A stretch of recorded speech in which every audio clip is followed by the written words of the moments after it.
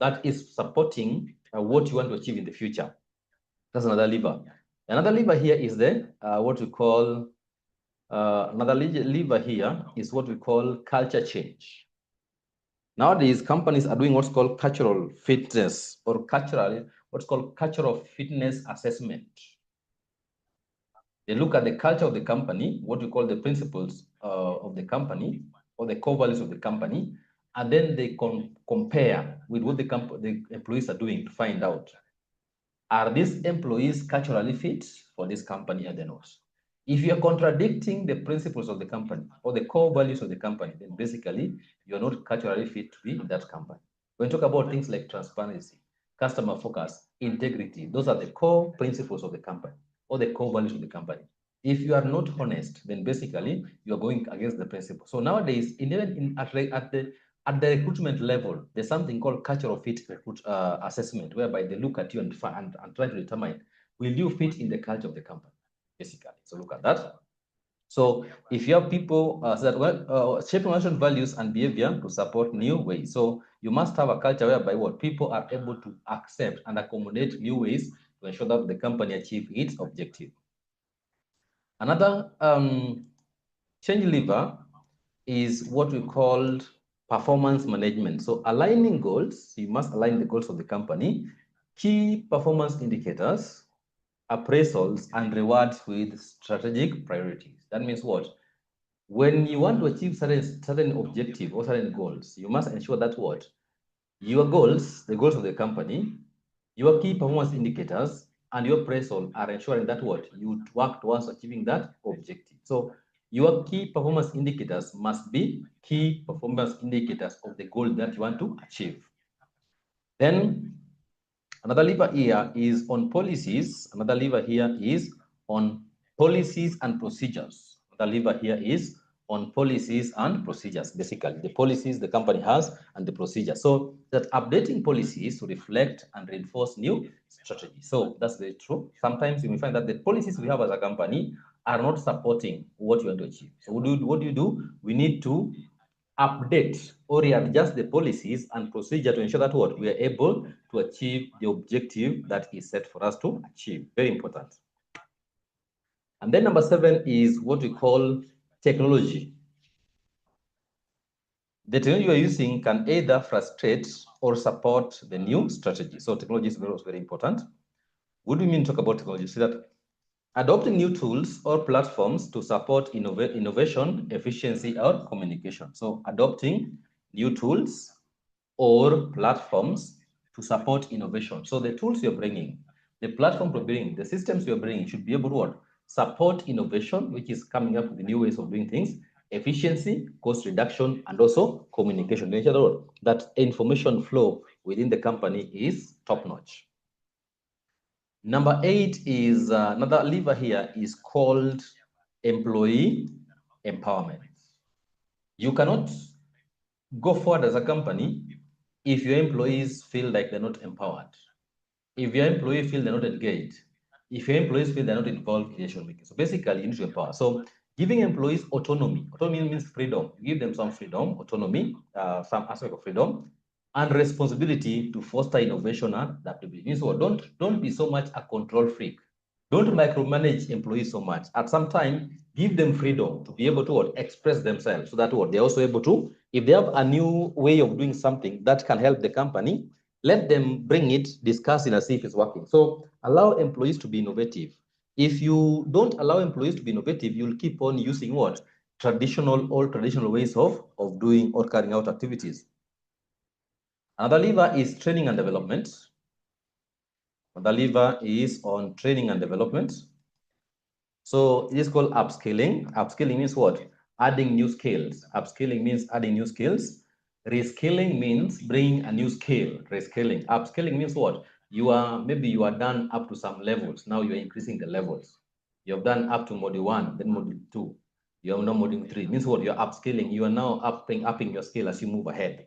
Then reskilling means we drop that skill that you have and give you a new skill that is able to make you work in the company based on the new system, new procedures, and new. So Upskilling and reskilling employees to meet demands of the new strategy. So a new strategy may require you to upscale, means to update, to upgrade, or reskill means what? Get a completely new skill to be able to work within the new strategy. Another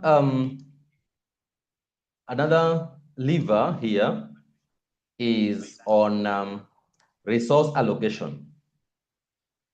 So redirecting financial, human, and time resource to strategic priority. So means, as we normally say that what? The resources of the company or the resources of the company are normally scarce. Companies have scarce resources. Now, because resources are scarce, you must be able to use them optimally. So that's why we talk about what? You redirect financial resource, human, and time resource to what? Strategic priority, things that can make the company move ahead. So you put more effort on them. And then we talk about selecting, another subtopic here, a small subtopic here, selecting a strategic lever. How do you go about saying that this is what you want to do? So look about what? Selecting a strategic lever in red. So selection depends on the agency of the company, agency of doing something. Scope means area and the nature of change. So if the change is very urgent, we'll choose a lever that is able to help us. The scope means area of coverage and also the nature of change. Is it strategic change?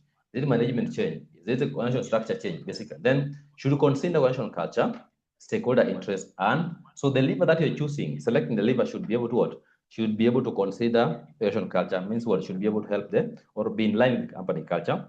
Stakeholder interest, the lever you're choosing should be able to ensure that what? All stakeholders in the company interests are taken care of. And then external influence. That's basically talk about aspect of the pastel, the political factor, economic factor, social factor. So those ones play a major role. So you must ensure that what the lever you choose is able to look at that. Now, then we have another small subtopic here on what we refer to as, sorry, that color is too dim. Color is too extremely dim. That one is not good for us to use too dim. So let me use this. Good. So that combining levers, say that most effective change strategies use multiple levers simultaneously. Means what?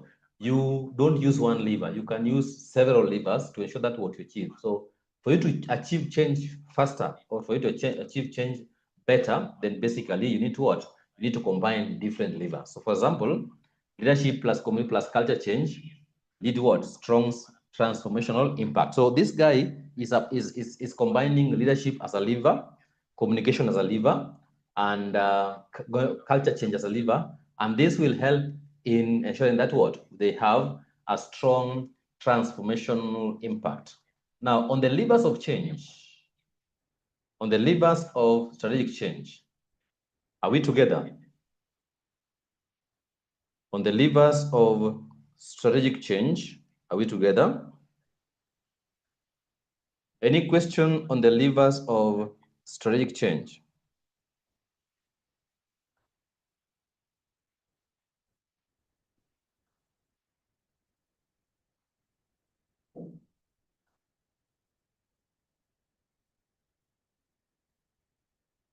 Any question on the levers of strategic change? We are good. So I can see people are saying no, means it is well understood. Tumeelewa vizuri. So that's okay. We move ahead and look at methods of introducing strategic change. Methods of introducing strategic change. So what this one means that if Lucy, you are the manager of a company, then you want to introduce a change, sorry. Sorry, so that right? You want to introduce a change. Which methods do you have? Which options do you have to ensure that what? You are able to introduce that change without bringing problems. So we want to look at some of the options that you have that can help you to what? Introduce a change. Now look at your company and then you choose a method that you think is the best to help you what? Introduce and implement a change. Now, introduction here. we say that strategic change involves significant alteration in organization's mission. See, a strategic change will alter almost the company's vision, the company's mission, the company's structure, system, process, and culture to achieve long-term. Means what? Strategic change are very, we call them destructive, means they destroy, they interfere with the status quo of the company. They bring what's called paradigm shift to ensure that the company now operates at a different valency or a different wavelength, basically. Introducing such change requires structured method to ensure effective adoption and minimal resistance. You see, a change that can interfere with the mission. Mission is where the company want to go. Can interfere with the vision, reason for existence, can interfere with the structure. These ones will bring some aspect of what? Discomfort. There's some employees that will feel that this change, the way it's coming, I feel it can affect us negatively. That's why you need to choose the right strategy or method to introduce this change. That what employees will be able to what? Will be able to accommodate the change. Employees are the implementers of the change. If they don't support the change, then they're doing nothing. Employees should buy into the idea of change and then implement. So if your employees are not supporting you, then basically you're likely not to implement a change. So that's why it is important that you understand what is needed to implement a change. Very, very important. So that's why issues like employee involvement are very important in ensuring that we are able to implement the change within the organization. Very, very important. Now, let's look at these methods that you can apply to implement change.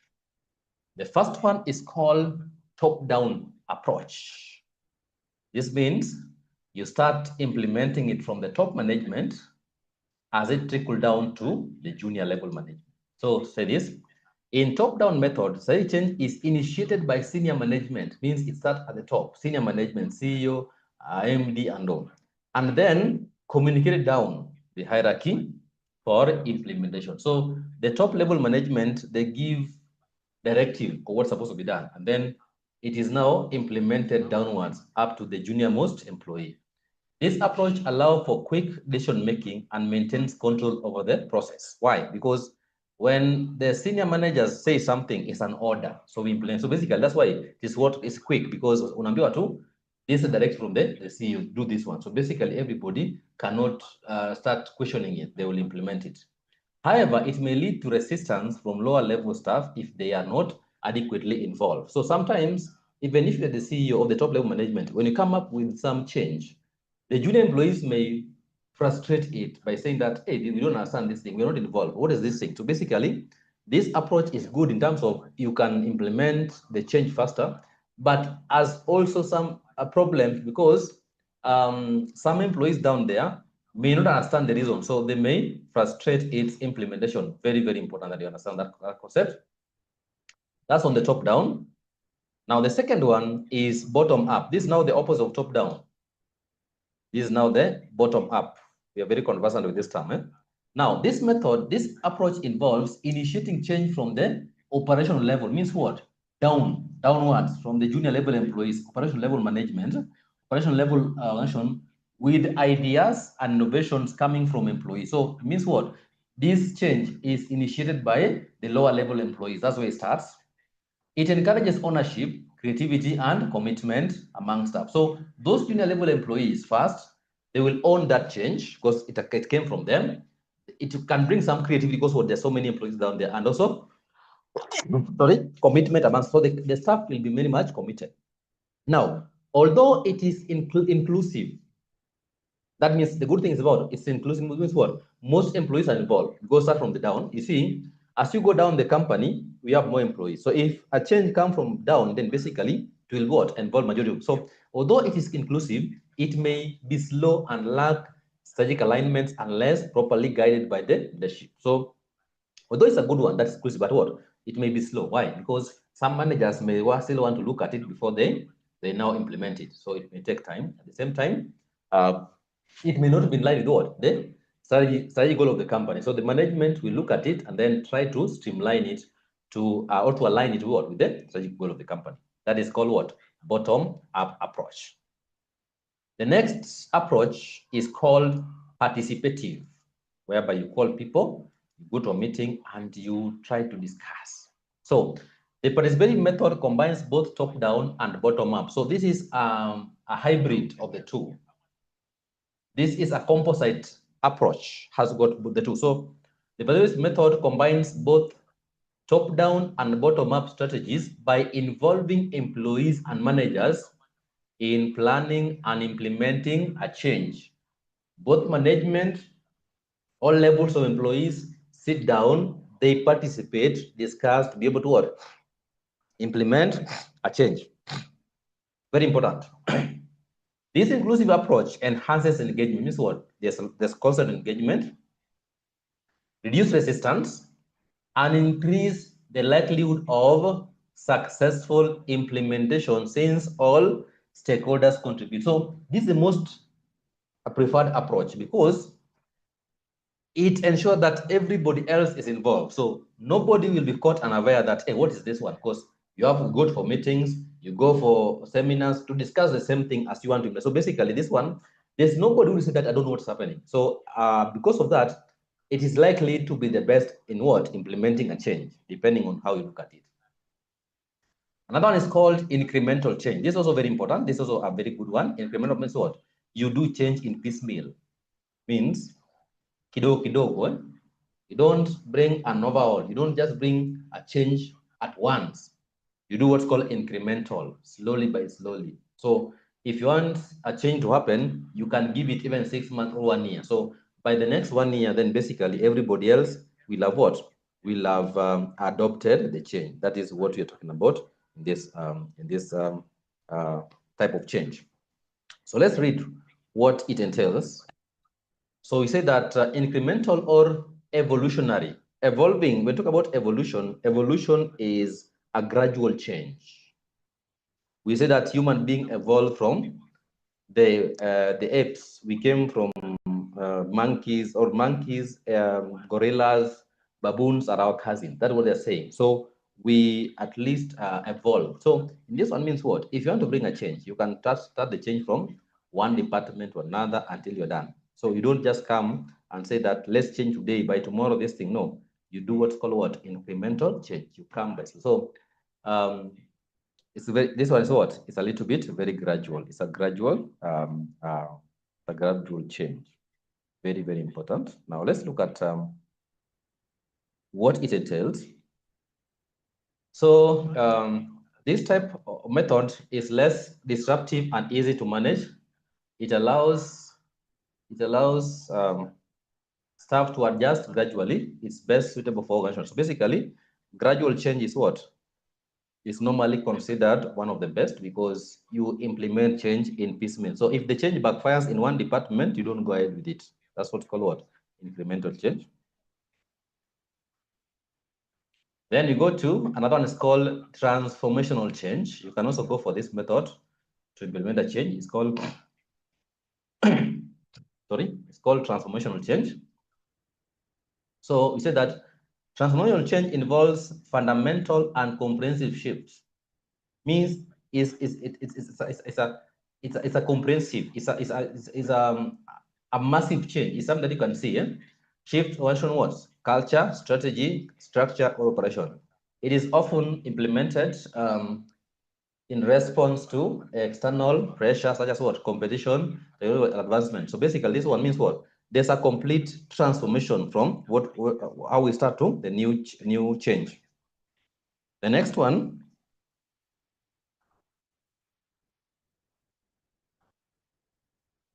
The next one is called use of change agents. So you can also be able to implement a change by using what's called what? Change agents. Now, we say that organizations may use internal or external change agents who facilitate and support the change process. These agents are trained professionals or consultants who guide teams, provide expertise, and help overcome barriers.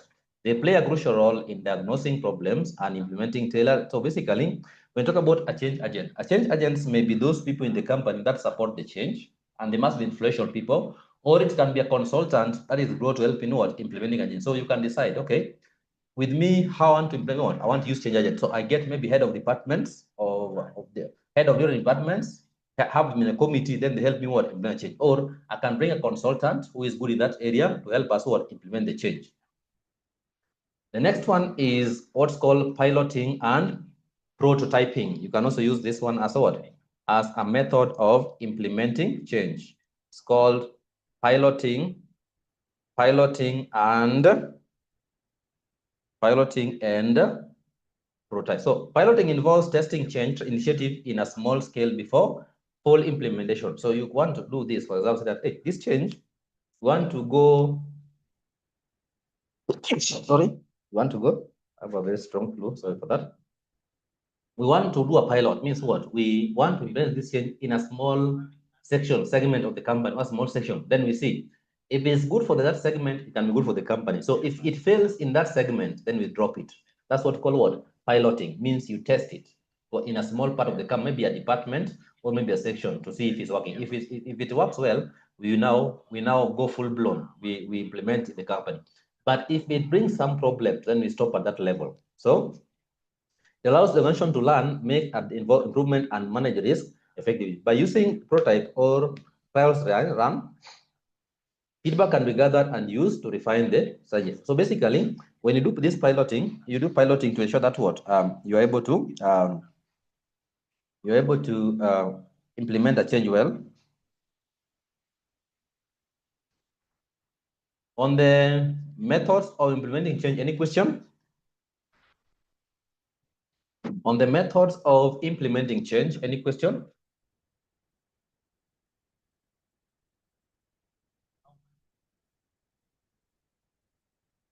Any question?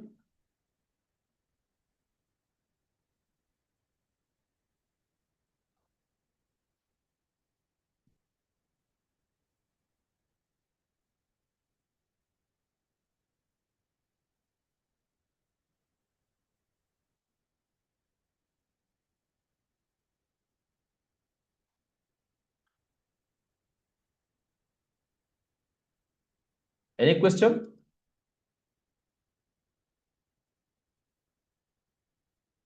Molinga is clear. Lucy has no question. Ondieki has no question.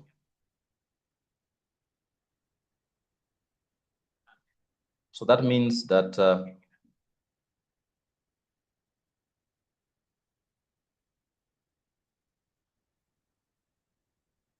so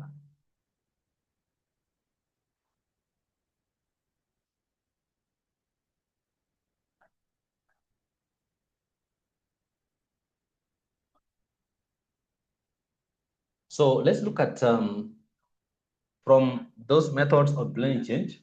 I want us to go to another subtopic here, which is about problems of formal change programs. What are some of the problems you're likely to face in implementing these change programs? Basically, coming up with the change is not an easy thing. So there are aspects or there are some problems that you likely face as a manager or as the change implemented in the company. So that formal change programs are structured efforts designed to guide organization through a change process. So these are basically guidelines. So what are some of the challenges facing in using these structured efforts to achieve change? Now, the first one is resistance to change. So this one is very true that sometimes when you can have a very good program, then employees resist change. So due to what? Fear of the unknown. We said that basically the major reason why employees resist change is the fear of unknown. Means employees don't know how the change is going to affect them in the long term. So they are very cautious. Change of unknown, loss of job. Some of them can also lead to job security, or disruption of routine. So sometimes employees, if you have lazy employees and then you tell them that from next week we are going to use biometric in logging in, you have employees that don't come to work early. They are people that arrive at 9, 9:30, and they're very comfortable. Now tell them now, from next week, we're going to use biometric reporting. Anytime, the time you report, you put your hands on the biometric. Then you can see how uneasy some of them are. because it is something that what the culture they have. So nasikia mwingine anasema hii kampuni wameanza kutukazia. Some of them say that we don't like this manager, anajiona sana, you've been working like this. So sometimes when a change comes, people don't find it easy because it alters. Because with the biometric, even if you are the friend of the manager or the CEO, if you come at 9:30, it will indicate 9:30. There are some employees that are covered by the senior people because they are very good friends of theirs. So even if they come late at 10, the manager will just cover them. Now, when you go to technology, there's nothing like covering you. The HR will see that so-and-so came at 9:45. At the end of the month, you can be told that cumulatively, you've been late for 24 hours. So if you're supposed to be paid as per the number of hours, if they deduct your salary, then basically, you cannot have a complaint because you're told that what? The number of hours that you've missed this month is 24 hours. And if you're working 8 hours a day, means 24 hours means what? It's like you've been absent for 3 days because you've become late. So there are companies like that. Anybody else in the such company whereby they normally calculate at the end of the month, umekuja late siku gani. So they normally accumulate them and tell you that what? Now, if you want to pay you, we pay you minus this hours. Anybody else in such companies? What I've heard about such companies? Wahindi wanapenda hii sana. That's right. Anybody else had such kind of arrangements, such kind of problems? Maybe a friend worker, mimi nimekatwa pesa ati nimeenda late for some time. Sema nimeenda late for like 10 hours in this month. So wamekata kidogo, wamekata pesa yangu. Anybody else has had that one? Kwani nyinyi marafiki zenu wanafanya kazi wapi? Your friends don't talk about these things. Ama mimi ndio niko na my group of friends are unique. Lots. People are quiet. You have never heard of this thing?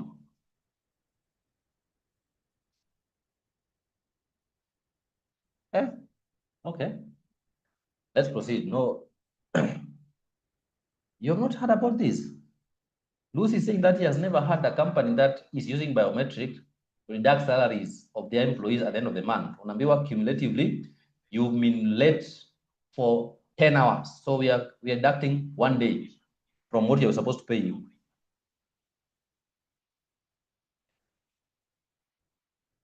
Yes, it is there. Remuninge said that word. And so if you're going to be late or if you're going to not to come to work, basically you should make what? A formal communication. If you don't make a formal communication, that thing is going to be faulty. Yes. But you see, that's a good thing. The next thing I've heard, but on salary, like that.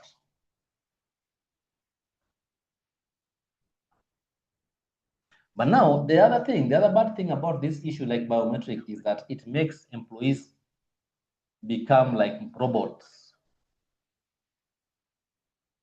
Because you know, reporting to work and actually working are two different things. Do you know that? Reporting to work and working are two different things. There's somebody who can report to work at exactly 7:30. At the end of the day, if you look at their productivity, it is 10%. Somebody comes at 12 in the evening when they're leaving, their productivity is 80%. So just seeing somebody coming early is not a measure of productivity. And employees are human being is made in such a way that what if you start micromanaging them, they start resisting. Nataka tufike 8, sawa, tutafika. Tunaona tufanye nini? Tukishafika tutapiga story tu. So you start hearing such statements. Oh, sasa you want to micromanage us. You want us to be here up to 5. Acha tutakaa hapa mpaka 5 lakini tutakuwa nasikia muziki tu. So basically, as a manager, you must find a balance. Don't be so mechanistic in such a way that you bring systems that even discourage employees. If you look at some of the theories, there's somebody that said that word. There's a theory that said that word. As a manager, if you give employees freedom, they become more productive than trying to micromanage them. If you give employees freedom to do their work without micromanaging, they become very productive. But if you micromanage them, where you look at what they're doing, what are you doing now? Employees start resisting, because that's how human being is made. Anytime you start following me up, then basically I start asking myself, am I not qualified to do this job? So basically, you must find a balance as a manager. You must find a balance. Don't just be a manager who thinks that, for example, there are people that think that, for example, if maybe my employer anasema ngati going to class is teaching, we can be in this class and piga story ya Manchester, piga story ya politics, other things for 1 hour, then we learn for 1 hour and then we go. But I know for people like you, it's difficult because you people are people who are having targets, what you want to achieve with this course. So basically, you know. But if I'm teaching, for example, the young people doing diplomas, the 16 years, 14 years, all the way to around 20 years, those guys, when I start talking about Manchester, they're very excited. So we can talk about football up to the end of the class and then we go home. So if the manager was looking at me at times of, Mr. Bernard ako class, Mr. Mundi ako class, alimeingia class early na ametoka late. Kumbe, what am I doing in class, basically? I'm discussing about other things. So basically, that's why managing an employee is very difficult, because an employee is the only resource that is thinking. The only resource that the company has that as a brain is our employees. So you have a brain there. Some of them have got, their IQ is so high than you, even a manager. So dealing them. So as a manager, you must be very smart. Must be very, very smart. Good. Then that's number one. Number two is what? Poor communication. So if you don't communicate well on why and the need for the change, then you're likely to find what? A problem with what? Implementing a change. So failure to clearly explain the purpose, process, and benefit of the change. So if you don't communicate well, the purpose of the change, why the change is important, the purpose of the change. If you don't communicate well, the need for the change and the benefit the change will bring, then basically you may have problems. Some people will not buy into your change idea. Then number three is what? Inadequate leadership support. If leaders of the company are not supporting the change, you will find it difficult to implement the change. For example, leaders are the custodians of the resource. If you need money, they're the one to approve budget and give you finances, sign checks. Now, if they don't support the change, what happens? You may go there, request for money. We need this money for this ABCD. They just look at you. Now, how do you go about? You get tired and say that, I've also thrown in the towel. I'm not going to. So when senior leaders do not actively support the change program, employees may perceive the initiative role as an enemy. So if my HOD is not concerned, why should I be concerned? So it means that this thing is not so important. If the top level are not supporting it, why should I kill myself in trying to support it? Then another is what? Lack of employee involvement. It's also another problem. If you don't involve employees in change, some of them may feel like that it's not part of them. Let those people think that is a good thing implement because they don't know about it. They have not heard about it. They don't take care about their contribution. So sometimes you find about what? Lack of employee involvement can be another challenge. Another is what? Rigid structures and bureaucracy. Now, there's some structures. We say that sometimes a change can require what? A change in the company structure. So there are some structures which are very inflexible. Means if you want to bring a change, you have to change the structure itself. So some structures are so rigid that they're not able to accommodate. So that can be a problem. And also bureaucracy. Just getting a document approved takes you 3 months. Just approve a document to implement something takes you 3 months. So basically, a lot of bureaucracy, go to this office, go this one signed, go and do ABCD, bring this document. You may find it until you say that, let me drop this thing. This thing is giving me a problem. So bureaucracy can be a problem. And then another challenge is what? Short-term focus. So some change can be short-term. So that some organizations focus only on immediate results rather than what? Long-term sustainability. This short-sightedness can result in temporary changes that fail to produce lasting. So sometimes the aspect of what? Short-term focus. So some companies have got what's called what? Myopia, which is called short-sighted. They look at the company by December, by May next year. They don't look at the company like in 20 years time, in 30 years time. So that short-sightedness of the company can lead to what? can lead to frustrating some of the long-term changes that can help the company in the long term. So those are some of the what we call some of the problems of formal change programs. So on the problems of formal change programs, are we good? On the problems of formal change programs, are they all understood? Kindly respond.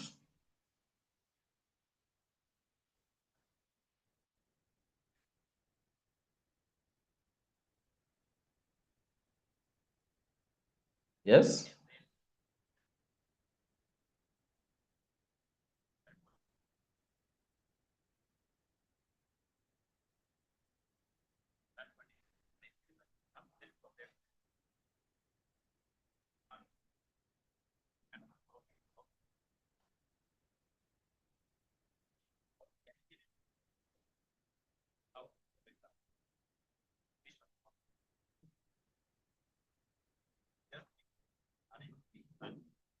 Okay, so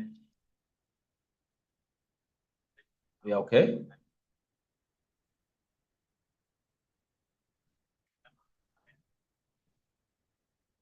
So I think we are good. There's nobody with a concern on that area. The next subtopic here. The next subtopic is on leading change. How can you be able to ensure that you lead a change in the company? So we're going to look at leading change. So we say this, that effective leadership is crucial in driving change. So if the leaders are for the change, then it becomes easy to implement a change. So leaders guide, influence, and motivate stakeholders through the transition. So basically, while leadership is very important because what they guide, they influence, and they motivate stakeholders of the company throughout the transition. Means what? Throughout the change process. Transition basically means changing.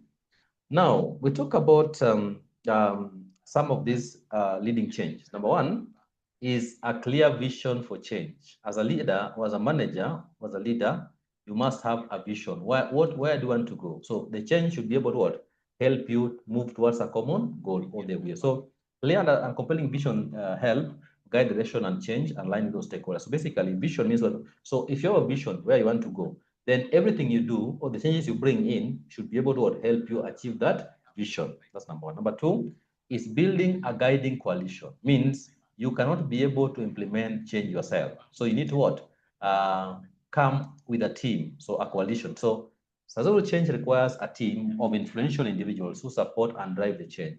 The coalition may include top executives, managers, and respected employees who can influence others. So build a team. Let's ensure that you have a coalition of influential employees who are able to help in convincing others to implement the change.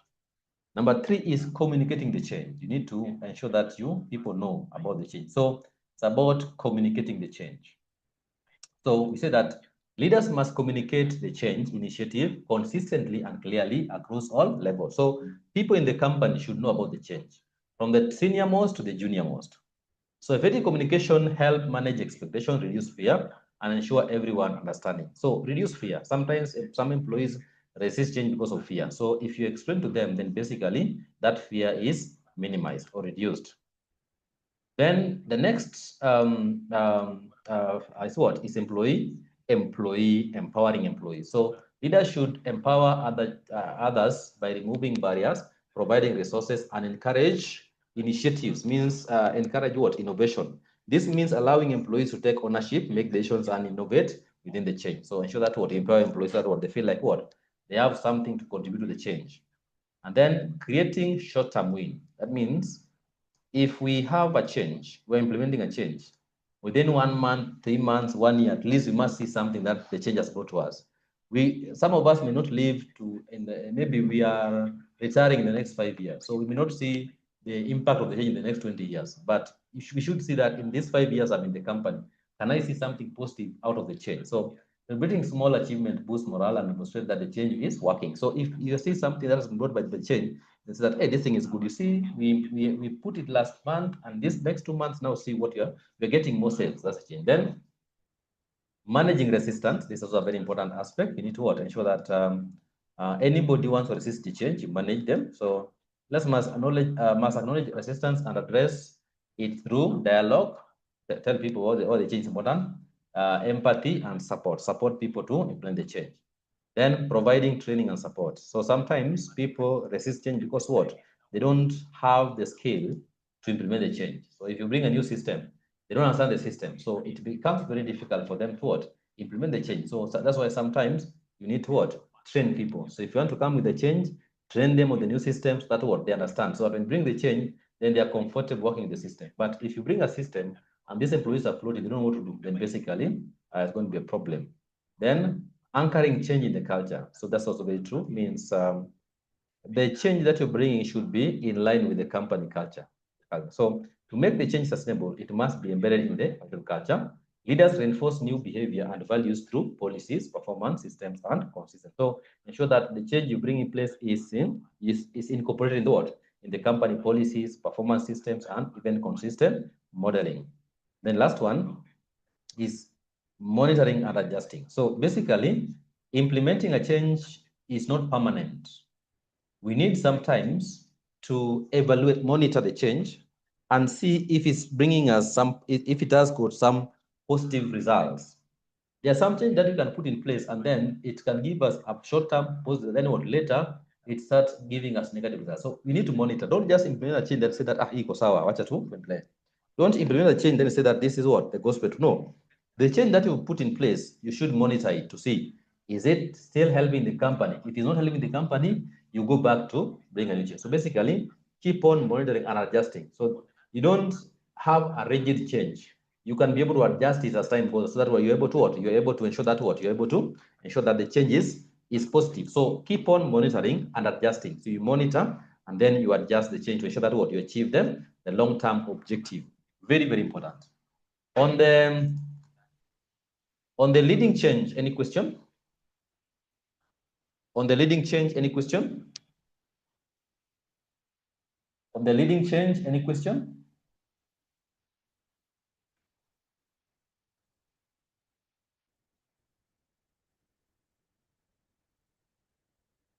I can see some questions are coming up here. I think it's Odieki said that in building a guiding coalition, respected employees are there unrespected employees? We are not saying about respected employees, but there are other employees that are more powerful than others. It's about power. Those who are in a position to influence others.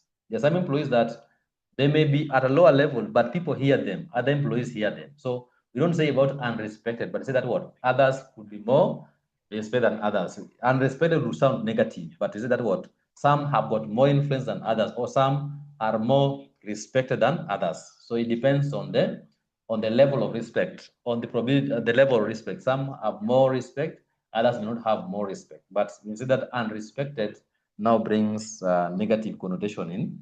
So I think we can use less and more respected, but unrespected will make us look like we are demeaning some employees, or we look at them like they don't have a say in the company. So it's about more and less respect. So you look at those who are more influential than others, and then you bring them in the change. So it's about what? More, not un. Yes, and bring a negative, but more and less could, because it means what? The respect is there. But now the magnitude of respect is what we consider. So I think Kochi, that is okay. Odieki, I think that is a little bit understood. I can see you've seen it written okay. That is good. So any other question? Any other question? The floor is open for a question. Any other question?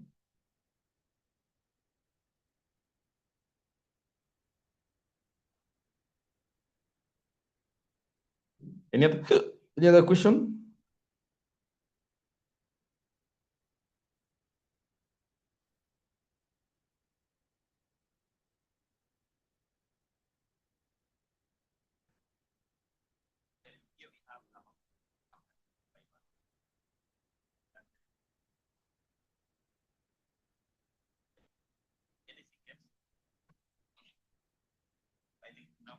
Any question?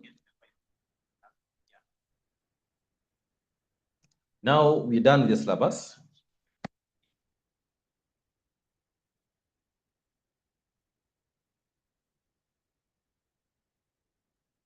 We're done with the syllabus. So your work is also to go and pick the syllabus and go through it. If there's a part that I might have forgotten, you have a right to ask me, Mwalimu, kuna part nimeona hapa hatujakava. So I shared the course outline up there. Pick that course outline and your notes from chapter 1, the last chapter. Check topic by topic, subtopic by subtopic. If there's some part that by not knowing I've jumped, you can let me know. That's an assignment I'm giving you. That your work now is to compare the course outline you have and the notes you've been given from chapter 1 to the last chapter. And if there's some parts that you think maybe I didn't cover well or I have not covered at all, that's something you want to tell me. So I'm giving that's an assignment for everybody. Lucy, you do it at your own time or you do it separately. Remolinga, check on it. Lieki, check on it so that when different people check on that, then it becomes easy for us to identify a problem. I may also have maybe missed it. So also help me. So that at least we are able to be at the same page. That's number one. Number two is now we are in the season of revision. And as I tell people that revision is as important as learning.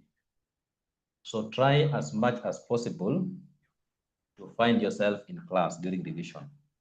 Although we'll be recording, I know sometimes job and work commitments can hinder you from attending, but whatever we've discussed, ensure that you get the link, you go through them. In case you have any issue, you can always WhatsApp me, you can call, and I'll be able to respond. If you WhatsApp me, in case I'm in a class, I may take time, but basically I'll respond. So if you see me not responding, just know that sometimes I'm in class and sometimes also we have so many students. So sometimes I may not see, but if you keep on reminding me and if you call, basically I'll respond. That's number two. So ensure that what also, in case you get a question. Now we are now at, and when you reach this revision level, now everybody will move at their own speeds. Some of you utapata wameanza kuangalia past papers kwa maybe May 2023. He or she has looked at the past paper. So this one is different. Some people will move, but will move as a group, but also go ahead of us and start noting down some questions that you think maybe are not well answered, or the answers you're doubting. Look at that. That's what makes you feel. Another thing is what we now have the questions. You call the syllabus and the answers are also there. You can also pick time. For example, you can pick on August 2025 paper. Look at it before. Look at it now. How many questions can you answer? Because this PPM, there are people that believe that PPM is theory ni rahisi sana. You'll be shocked that if you look at the trends, CPA, this is one of the use that people fail a lot. Hii ni moja yao. Kwa sababu gani? I think this is a theory. We just hii ni theory tutasoma tu na wiki moja tuende kwa mtihani. So they give more attention to mathematical accounting units. Then you go to the exam, fail. Last time I was lucky enough, or proven enough to ensure that all my students passed, those who came to class. So coming to class is important. So that's another thing. Number one, nimewambia muangalie hiyo course outline. Number two, start looking at those past papers. Number three, in case you also have a question that you think we can answer, may not be really in our past papers, but it's important. If you look at the past papers, I've been able to share both CPA and CS, because they are also doing management. So I've shared the two papers. If you go through those papers, I can tell you where do we set the questions for. We also look at past papers and just maybe edit questions and then restructure them a little bit. Where do you get questions? Where do you think markers get questions? You look at the past papers and just edit a little bit. structure it a little bit, get the question. So if you revise 10 papers, I can assure you, you can be able to watch. There's no question that can be challenging, maybe one or two, but the rest are at least things you've had. So if you revise, basically, you're confident enough to go do that paper and wait for good results. I don't know. It is a question. We have now cleared the syllabus. Now what remains is revision. So I want to ask you whether we start it today, or I leave you go look at the syllabus, confirm with the notes, inbox me of any area that are missing, then we can start revision next week. That is a question I'm floating to you so that you can give me your vision, your opinion. That is now what is being discussed. Do we start today, or we start the next class? Floor is now open.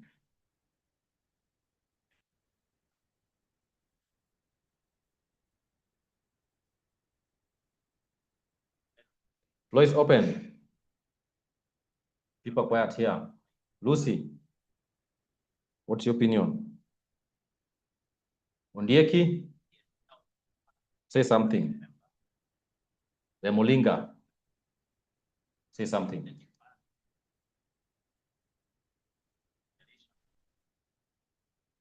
Yes, so that means Lucia said you go through. Now, the catch here is that you must give me feedback. So Lucy will go through the notes and then tell me, Mwalimu, we have covered everything, or there's an area remaining. So that's an assignment nimepeana kila mtu. Kwa sababu naweza peana hii assignment, then mwende mpumzike tu. You remember that next week class. So kila mtu lazima atapata report. What did you find out? So that is Lucy's opinion. We go to Remolinga and Ondieki. Your opinions?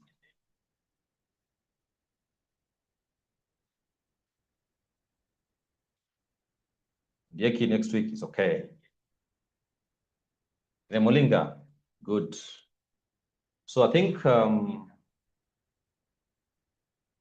we have agreed. Let's meet on Thursday with your reports on the syllabus coverage. Everybody will give me a report separately so that we can start. I know August 2025 paper is not there. I'm going to work on it and share it. So mtakuwa nayo by Thursday.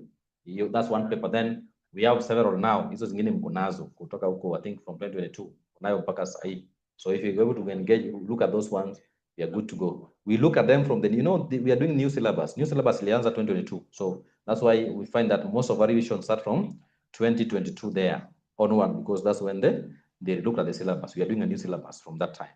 That's why we look at. We don't go beyond it. The papers beyond. Yes, so I want us to be EPS.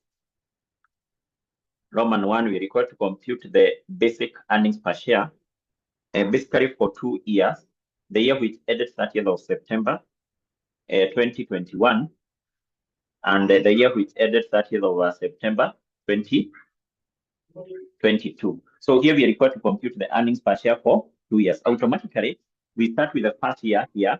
So we start by computing the basic earnings per share for the year which ended 30th of September 2021. So in this case, we say to compute this basic earnings per share, BEPS, we take the pathos, we divide that with what? With one-offs. We divide that with what? With one-offs. Remember, you say that formula is period to guide you. By the end of the day, we say formulas here are not marked. In a file, formulas do not have any marks. So we need to start by computing the first item here, that is the pathos, which is the profit attributable to ordinary shareholders. Recall, we say that this one is computed by taking the profit after tax, which can also be known as the net income, which can also be known as the profit for the year. Basically, to this, then we less the preference dividends for the year, preference dividends for what? For the year. And then equally to this, we say, in case we are computing the earnings per share for a group of companies with less the profit which is attributable to the non-controlling interest. And then to this, we said we add any loss from the discontinued operations. From the discontinued what? Operations. So what are we given in our question here? Now, if we go back to the information we have below paragraph 1, we have this profit after tax. So let's take that profit after tax specifically for this year, 2021, and our values are in thousands of shillings. So for 2021, this one is given as 31.46. That is the company's profit after tax. Then we need to basically check whether there are some dividends which were paid, preference dividends which were paid. And if we go to the information we have below paragraph 1, you'll be able to see that at the start of the year, because this year, which ended 30th of September 2021, this year started on which date? This year started on 1st of October. Remember, the next financial year will start 1st of October. This year started on 1st of October 2020. That is when that year started. So the information we have below paragraph 1, those are balances at the start of the year. So, and if you check on what you have there, you can see that this company had issued 10% irredeemable preference what? Preference shares having a value of 8,000. Now, remember the other question which we did, we were given redeemable preference shares. And I think there is something explained that the preference dividends for the redeemable preference shares, they are classified as part of the finance cost. We said finance cost is an expense. And therefore, in arriving at this particular profit, the dividends on redeemable preference shares will have been deducted. That's why we say, in case you're given redeemable preference shares, don't less their dividends here. But if you check on this preference share, they are irredeemable. So being irredeemable, their dividends were not classified as part of the finance cost. So we must compute those dividends and basically we less them here. So how do we compute those dividends? We take 10%, this one, times the amount of preferential capital. The preferential capital is basically how much? 8,000. And that one will give us what? That one will give us 800. Is it 800? Is it 800? That is 10% of 8,000. Yes, that one will give us 800. And then from there we check, do we have this one? Basically, this, we are computing earnings per share for D Limited. This is not a parent company. We don't have profits attributable to NCI. Equally, in this case, do we have any loss from discontinued operations? No. So let's compute the PATOS. Let's get this one PATOS. PATOS. This one will give us what? This one will give us what? 23 what? 23.46. Is that what you're getting? Is that what you're getting? Yes, 23.46. So having that, then we can be able to move and we compute the weighted average number of ordinary shares. Remember, we say to compute this one, we take the ordinary shares which were issued at the start of the year plus other shares which were issued in course of that year. Now, what we need to do basically is we check whether we are given any transaction, or basically we are given any transaction regarding the issue of shares within the past year, because I hope you can see that in this question we have information about 2 years. The first year ended on that year, September 2021. The other year, that year of September 2022. So we need to check is there any information you're given about shares which were issued within the past year, which runs from 1st October 2020 to that year of September 2021. Let's go to the information which we have in the additional information. In the additional information number 1, we are told on 1st January 2021, the company issued 400,000 shares at full market price.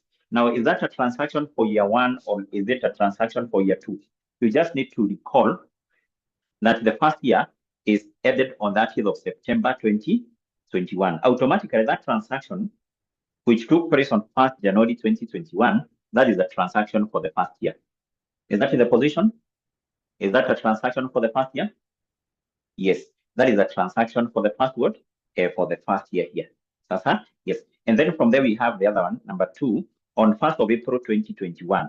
1st April 2021. That is still within the first word, within the first year. And then the other one is 1st December 2021. The right issue note 3. Right issue note 3. In note 3, basically 1st December of 2021, that one is within the second year.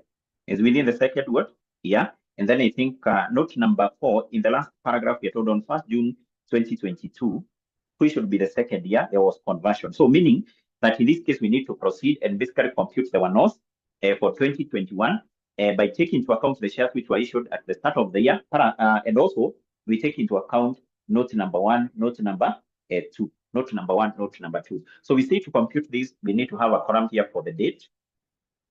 For the date, basically the column for the description. For the description. For the description, the other column here should be for the number of shares. Number of shares. The other column here will be for the time factor. Time factor. And the last column here will be for something called what?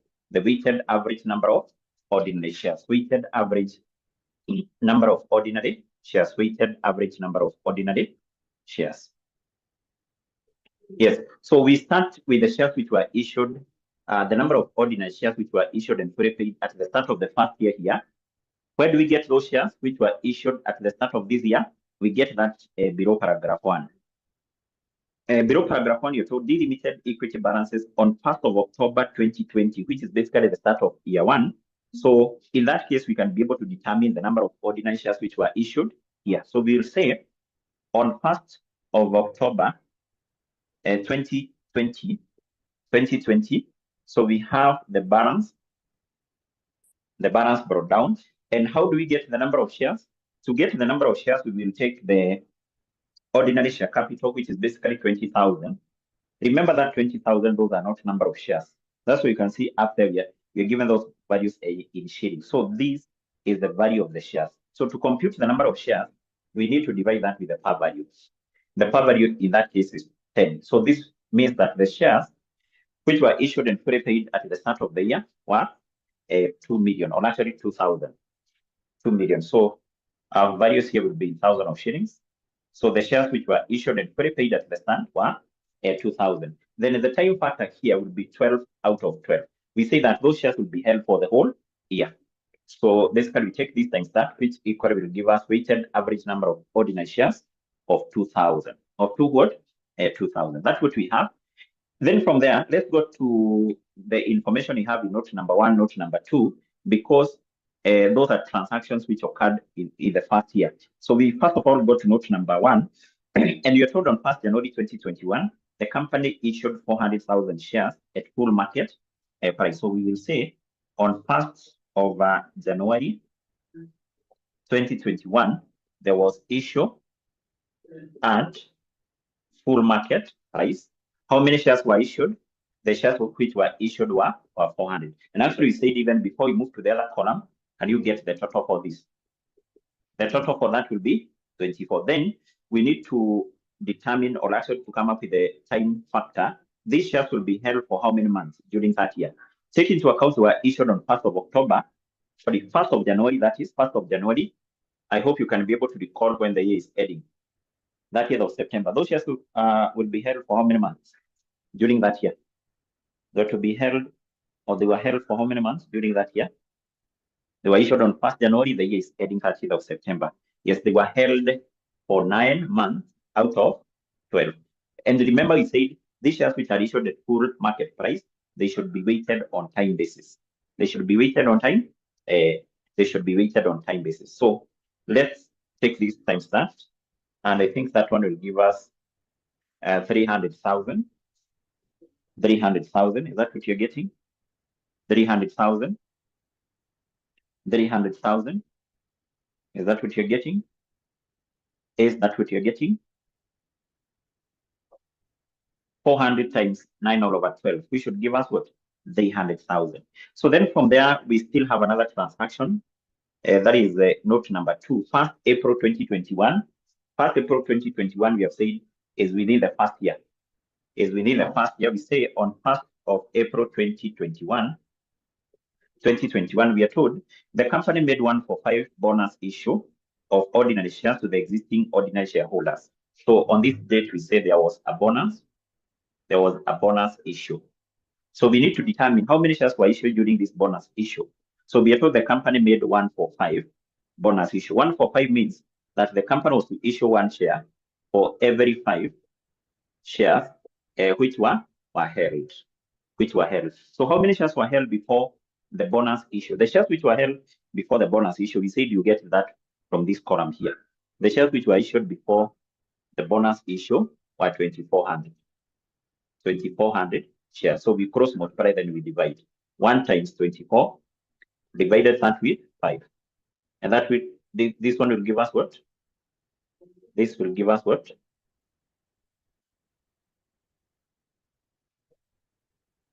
That will give us how many shares? Yes. So the shares which were issued during the bonus issue were 480. Or for what? Were 480 here. Or 480 like that. 480 like that. Now, these particular shares, we said they should not be weighted on time basis.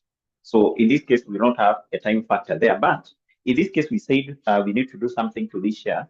We multiply them with a certain fraction. How do we compute that fraction? To compute that fraction, we take the shares which have been weighted on time basis before the bonus issue.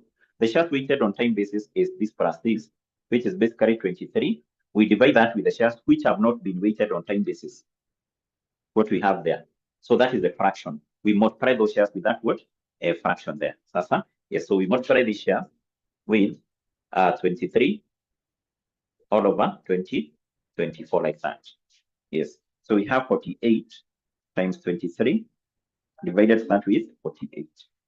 And basically this one will give us what? That one will give us 230. 230. Is that what you're getting? 230. 230. 230. Talk to Mwalimu here. Douglas. Faraisha, is that what you're getting, Ismail? Is that what you're getting? Yes. Yes, 230. Then do we have any other transaction which occurred within the first year? Now, if we go to note number 3, 1st December 2021. 1st December is within the second year. 1st December is within the second year. Note 4, the last paragraph, 1st June is equally within the second year. So basically what that means is that during this year, there were no other shares which were issued. So, and we can get now the weighted average number of ordinary shares. We add all this, which basically give us 25. 2530. 2530, confirm whether you're getting 2530. 2530. 2530, yes. So we compute the basic earnings per share by taking the cut-offs, 2346, divided that with 1/0, which is 2530. So this one will give us what? So we have 2346. 2346 divided by 2530. And this one will give us shillings 0.927 shillings per what? Shillings per share. Shillings per.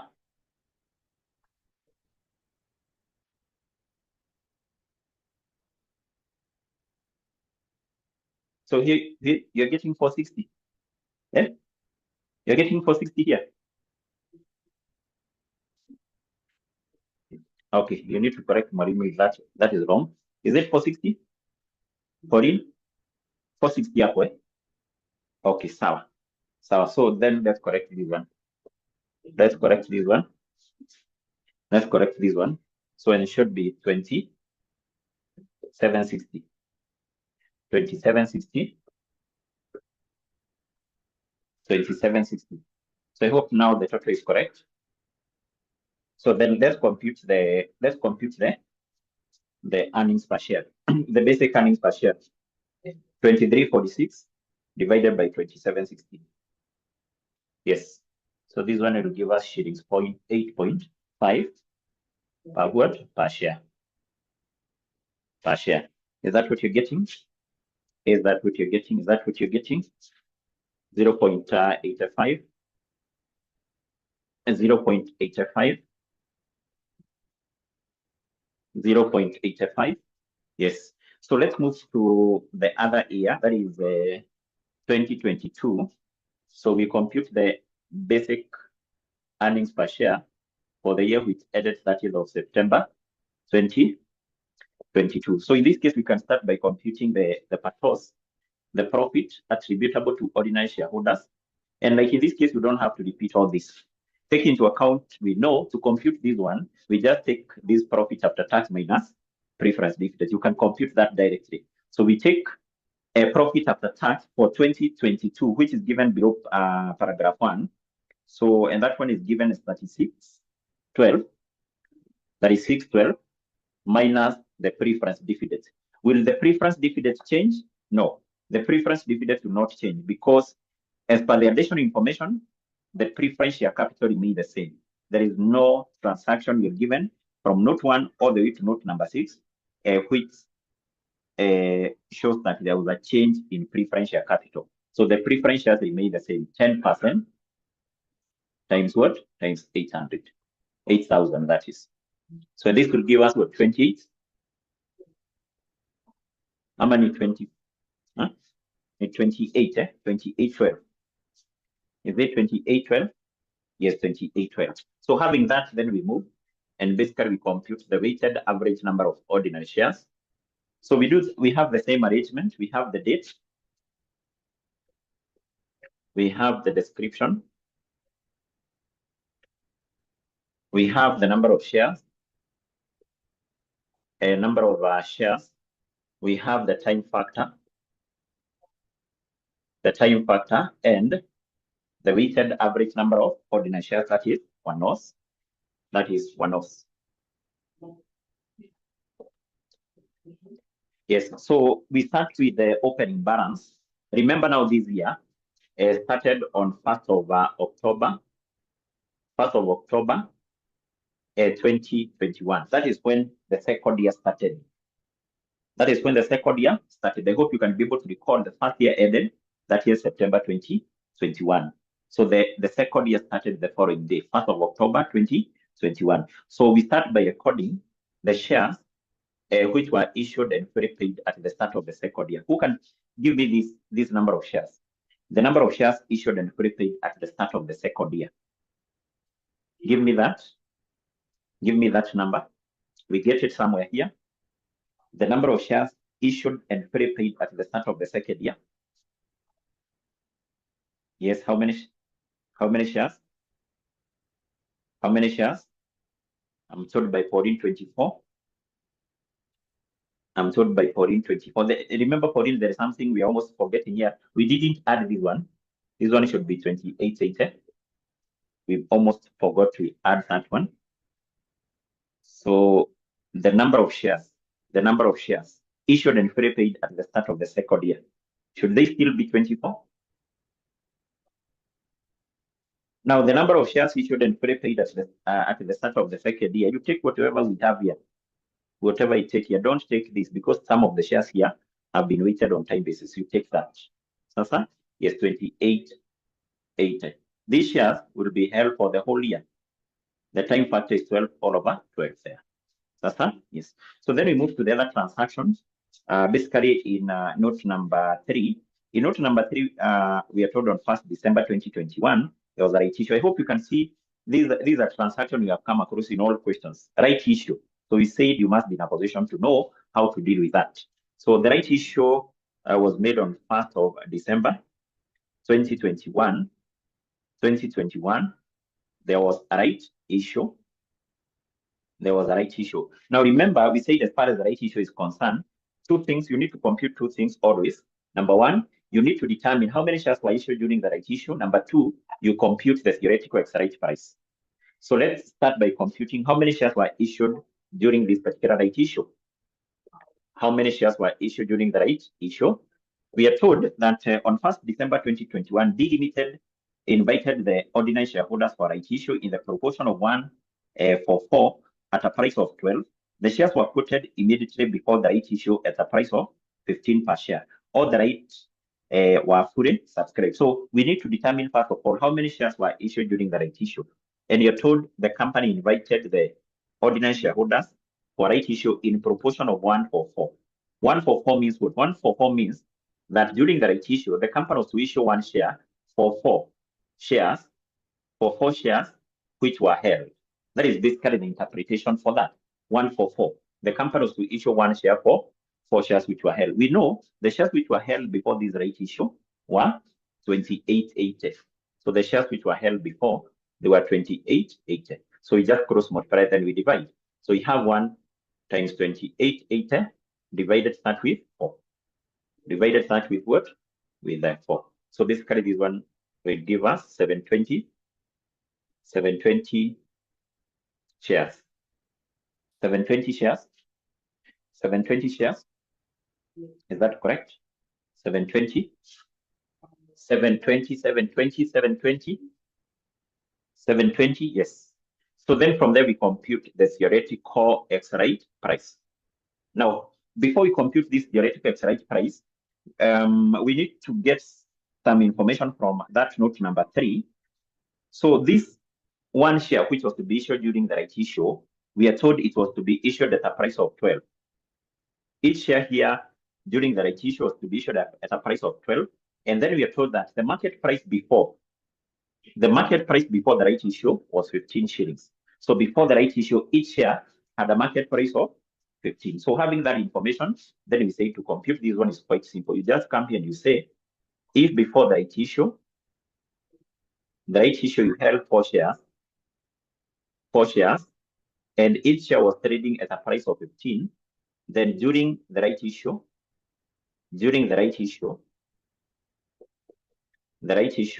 you are to be issued with 1 share, write that below this, 1 share at a price of 12. At a price of 12. Yes. So basically what that means, after the right issue, if you held 4 shares before, after the right issue, you'll be holding 5 shares. What will be the market price of these 5 shares? To get the market price of these 5 shares, we take this times that, which basically will give us 60. This times this, which will give us 12. And basically we add these 2. So which will be 72. It basically means that after the right issue, the market price of 5 shares will be 72. So what will be the market price then of 1 share after the right issue? We take the price of 5 shares, 72, we divide that with 5. So that will give us the market price of 1 share after the right issue. After the right issue, 72 divided by 5. And that will give us what? That one will give us 14.4. 14.4. And remember, I say that the computation for this, there is always a mark for this. There is always a mark for that. Make sure you get that one correct. Now, having that, then what we said is that these shares which were issued during the right issue, we say that these particular shares must be split into 2 components. The shares which were issued at full market price and the shares which were issued at nil consideration. Okay. So, but let's first of all, we record the shares which were issued during the right issue. This one, 720. And first of all, we get this total 0, 0, 6, 36. 36. And then now these shares, we split them into 2 components. First of all, we determine issue at full market price. Issue at full market price, which we said is equal to the shares which were issued during the right issue, 720 times the issue price. Each share was to be issued at a price of 12, and then divide that with the theoretical X-right price, 14.4. 14.4. Then these shares, they must be weighted on time basis. So these shares were held from December all the way to October. These shares were held for how many months? Are they 10 months? Are they 10? In 2022, we have 9 months. In 2021, we have 1. Is it 10 out of 12? Are they 10 months? Talk to Morimo here. Are they 10 months? Yes, they were 10. In 2021, we have December. That is 1 month. In 2022, we have 9 months. A total of 10 months. So we weigh those shares on time basis. So we have 720 times 12 divided by 14.4. then times 10 divided by 12. And basically this one will give us 500. That one will give us what? 500. Then from there, we determine the bonus element. We determine the bonus what? Element. The bonus element will be equal to the total shares which were issued during the right issue. The total shares which were issued during the right issue was 720, these ones, 720, minus the shares which were issued at full market price. Shares issued at full market price is not 500, but basically these are the shares issued at full market price. Was that 600? Yes, I think it was 600. Yes, 600. So the bonus element is the 120. 120. Then equally, this particular bonus element, we say this one has to be multiplied with a certain proportion. Although I think in this case, if you check on the shares which were weighted on time basis before the right issue, they are 28.80. The shares which are not being weighted on time basis were 28.80. So let's just, although that one will not change, 28.80, the shares weighted on time basis over the shares not weighted on time basis. So that one will not change anything. So this one therefore remain 120. 100 and what? 20. 120. 120. 120. Actually, you can put it here, 120. So we are done with that. So let's move to the other transaction. We're done with note number 3. Let's go to note number 4. You're told the company has had in issue a convertible loan stock of 6 million, which carries an effective interest rate of 8%. This means that this company had issued a convertible loan stock. Because if we go back to the information we have below paragraph 1, there is no any information about those convertible loan stock. But this company had issued 6 million convertible loan stock. Effective interest rate is 8%. We are told each shillings 1,000 nominal value of the loan stock will be convertible at the holder's option into 600 ordinary shares. And then you're told on 1st of June 2022, holders of 1.5 million exercised their conversion option. Exercise their conversion option. Basically, what that means is that they converted them into ordinary shares. They converted them into ordinary shares. So what we need to do on that date, that is 1st of June 2022, we need to compute how many shares were issued on conversion, because on this date we are told there was a conversion of a convertible loan stock. Convertible loan stock. So how many ordinary shares were issued on conversion? How many ordinary shares were issued on conversion? How many ordinary shares were issued on conversion here? So we need to have the conversion rate, which is given in sentence 2. We are told each shillings 1,000 of the nominal value of the loan stock, or this current loan stock having a value of 1,000. 1,000. These ones are supposed to be converted into 600 ordinary shares. And then in the last sentence of note number 4, we are told the convertible loan stock which were converted into ordinary shares, they had a value of 1.5 million. So in 1,000 of shillings, that one should be 1,500. Loan stock having a value of 1.5, they were converted into ordinary shares. We need to determine how many shares were issued on conversion. We cross multiply, then we divide. So we have 1,500, this one, times this, divided that with what? 1,000. So that and that will go, and then that and that. So this will give us what? This one will give us 0, 0. I'm getting 900. I'm getting 900. I'm getting 900. Is that what you're getting? 900? Yes, 900. 900. So these are basically the shares which were issued on conversion. We write that here. The shares issued on conversion were 900. And then in this case, we said those shares which are issued on conversion, they are always treated as an equivalent of the shares issued at full market price. They should be weighted on time basis. These shares were held for how many months? Remember, the year is ending September. So they were held in June, July, August, September. Are they held for 4 months? June, July, August, September. Are they 4 months? Are they 4 months? Are they 4 months? Yes, 4 months. 4 months. So then we get now the final value, So 900 times 4 divided by 12. And that one will give us 300. So these shares are treated as an equivalent, of shares issued at full market price. Daniel, we have 1.5 million. 1.5 million is the last sentence of note number 4. On 1st June, holders of 1.5. 1.5 in thousand of shillings. Remember, we are working with all our figures in thousand of shillings. Daniel, is that the case? So we can't take that one here as 1.5. All our figures are in thousand of shillings. That's yes. So basically, first of all, we get is, I don't think we have other shares. That one will give us 4.5. And then we get the one-offs now here. Let's get the one-offs. We have 2880 plus 500 plus 120 plus 300. And basically that one will give us 38. That one will give us 38. Are you getting 38? Are you getting 38? Yes. Yes. So we compute now the basic earnings per share.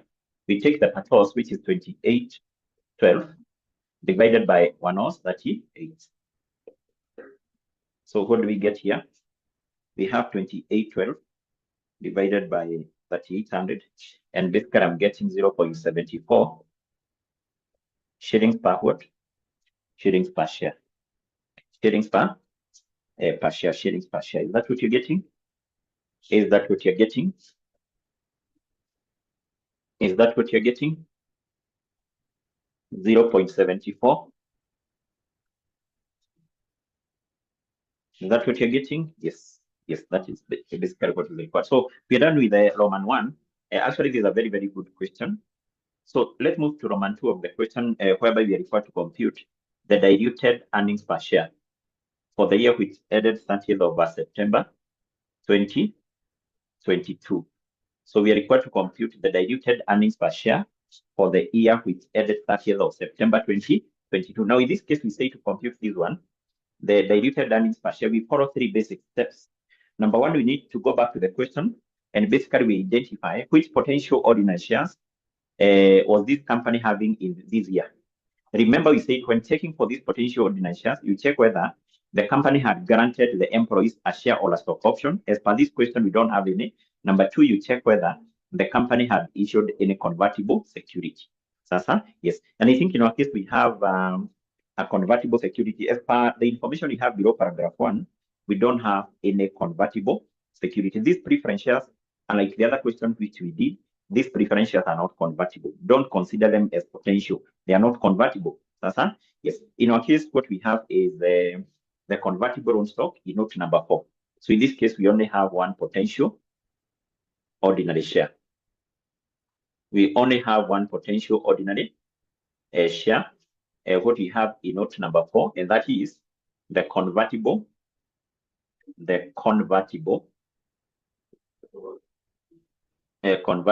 loan stock.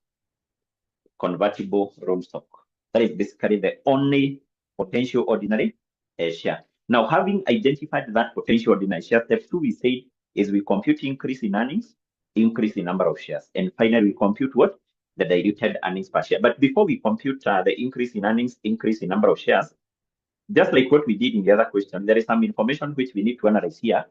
Now, we know that this second year, this year, basically was ending on 30th of September 2022. This year started, therefore, on 1st of October 2021. So if we go to note number 4, we are told this company has had in issue a convertible loan stock of 6 million. So this means that the company had issued a convertible loan stock. If you are not given the date when they were issued, in this case, we will assume that they had been issued, or at the start of the day, they had already been issued.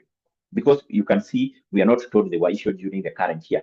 They were issued as at the start of the current year. So meaning that the convertible loan stock which had been issued at the start of the year here, they had a value of 6 million. That's what we know. Then if you go to note number 4, the last paragraph, on 1st of June 2022, and we have said 1st of June 2022, this is 4 months to the end of the year, and basically 8 months from the start. So on this date, some of the convertible own stock were converted into ordinary shares. Shillings 1.5 million of the convertible own stock, these ones were converted.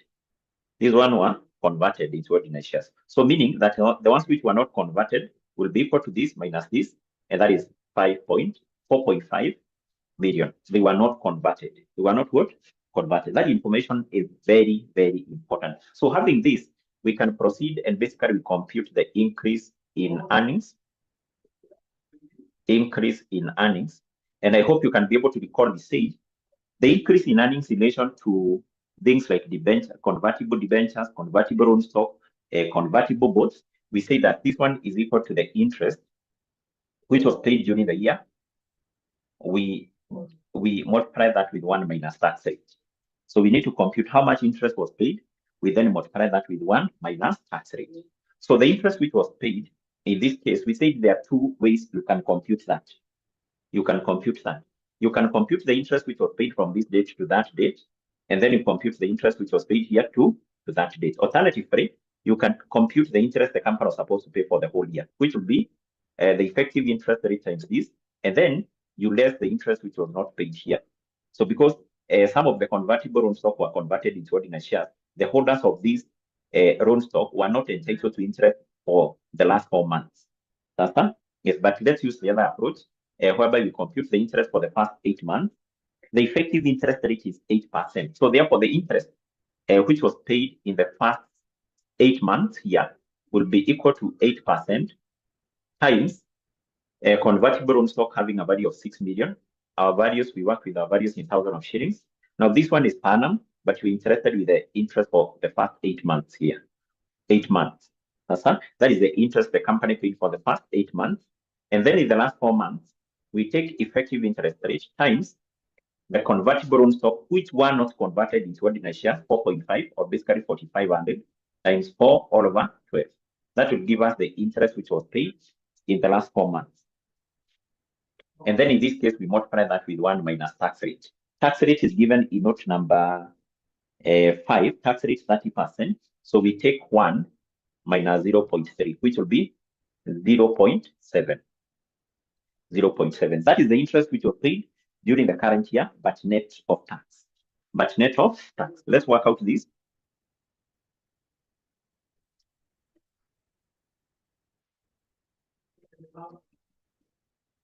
So I'm getting the 20 here.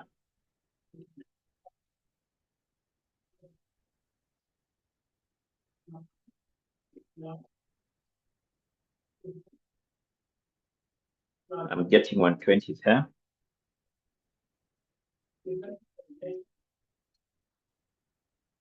And basically, I'm getting a total of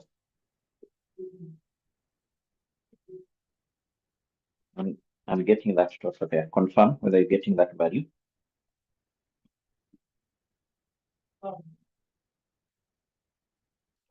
Is that what you're getting? 308. 308. 308. Is that what you're getting? 308. Yes. So that is basically the increase in earnings.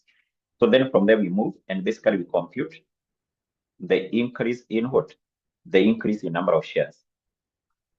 Increase in number of shares. So to compute the increase in number of shares, the first thing we must have here is the conversion rate. The conversion rate, we have it in note number 4, sentence 2. We are told each shillings 1,000. Each shillings 1,000. 1,000 of the convertible own stock are supposed to be converted into 600 ordinary shares. Into 600 ordinary shares. In this case, we need first of all to compute how many ordinary shares would have been issued by the company in the first 8 months, and then we do the same for the last 4 months.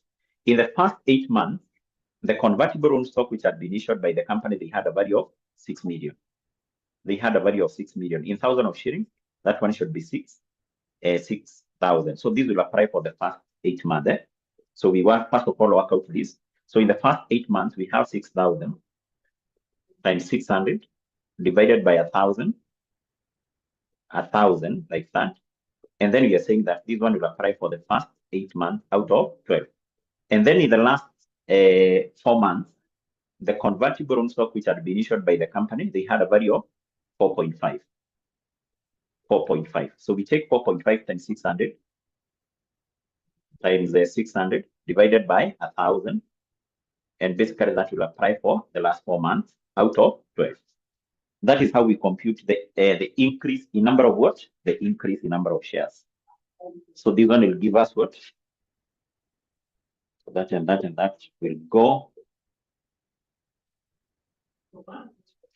So 1, 2, 4. So this one will give us 24.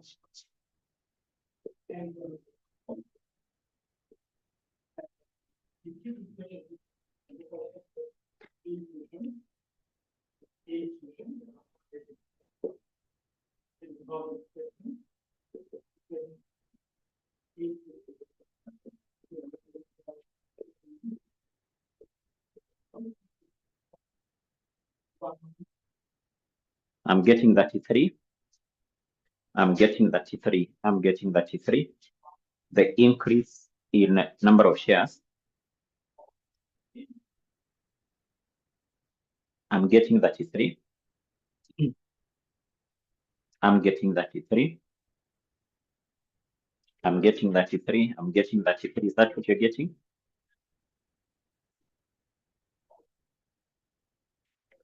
Yes, so that is confirmed there. So having this, then I think we can proceed and we compute the diluted earnings per share, the DPS, which is equal to the PATOS. Recall the formula. To this we add the increase in earnings, the increase in earnings divided by that one with 1/0 plus the increase in number of what? Of shares. So in this case, we will take the PATOS, the 1/0, for computing the basic earnings per share, basically for the year 2022, and that is what we have here. This is the 1/0 and PATOS for 2022. We have 2812 divided that with 38. So to the PATOS, we add the increase in earnings, which is this one, 308. And then to the 1/0, we add increase in number of shares, this one. And we get the diluted earnings per share. The diluted earnings per share. And I hope you have noted that this diluted earnings per share is always less. Is always less than basic. So that's why we refer to it as diluted. Is always less. Divided that with 71. So I'm getting what? 0.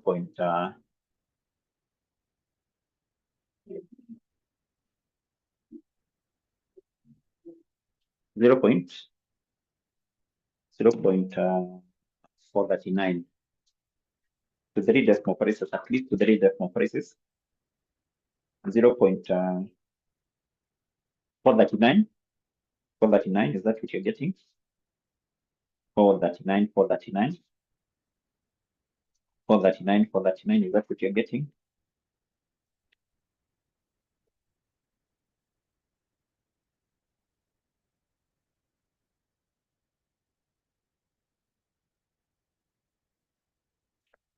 Is that what you're getting? Okay, so okay. That's fine. So that is it. That is what was required. So there is a question here. I think is similar to. I think it's similar to a question which we did in our previous class. This one actually similar. Is actually similar to the other question which we did. April 2022. That is question 3C. So it's similar. It's actually similar to the other question which we did. Because I like this question also, they keep repeating the same concept. The same concept. So that question you do it as an assignment. Is similar to the other question which we did. Similar to the other question which we did.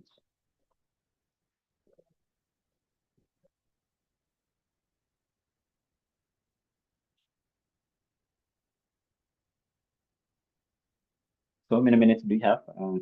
So can we go to this question? I don't know whether we will be able to finish. September 2021. September 2021. 2021. September 2021. But I hope now if you're understanding this particular topic, and I hope you can see it's not difficult. Is this topic difficult?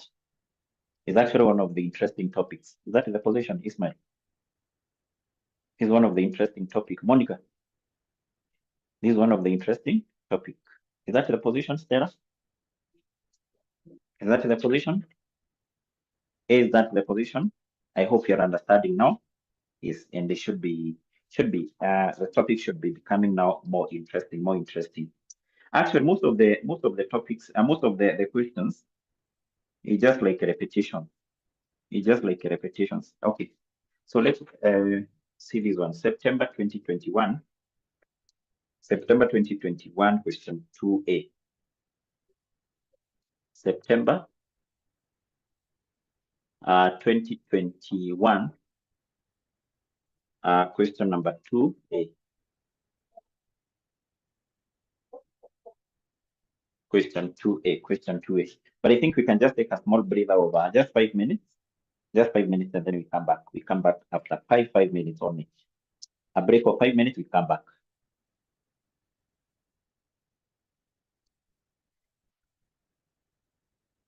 Yes, so we continue. We continue. I hope you have that question with you.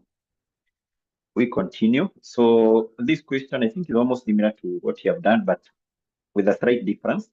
So we are told the capital structure of Shera Limited is at the 31st of December 2020, and there was a problem with that date because you should not be given share capital at the end, just like the other question. That one was supposed to be at the start. So this one was supposed to be 1st January 2020, or actually 31st of December of the previous year. So we should be, yes, I think that was supposed to be share capital at the start of the share capital at the start of the year. So we have ordinary share capital at 10% cumulative preference shares.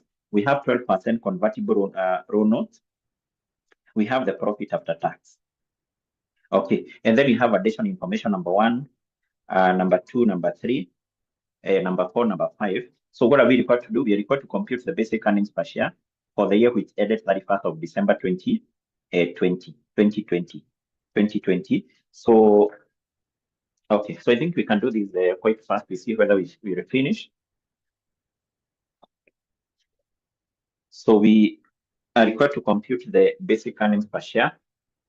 The basic earnings per share for the year which ended 31st of December 2021. So this one is equal to the PATOS divided that with what? With the one-offs. So the PATOS, in this case, we will take the profit after tax, which is given below paragraph 1. And this one is given as 171,200.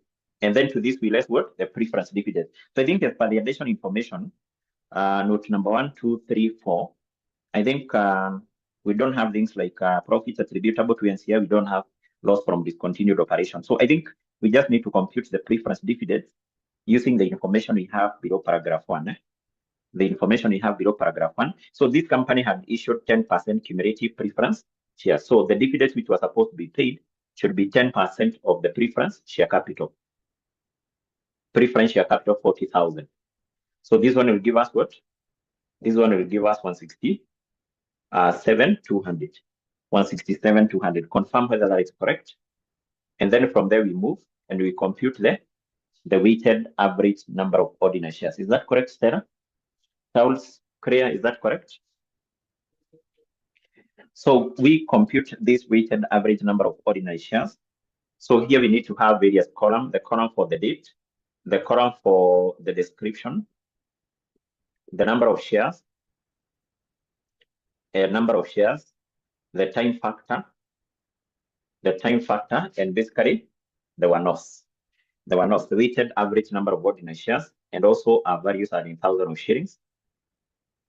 Our values are in thousands of shillings here.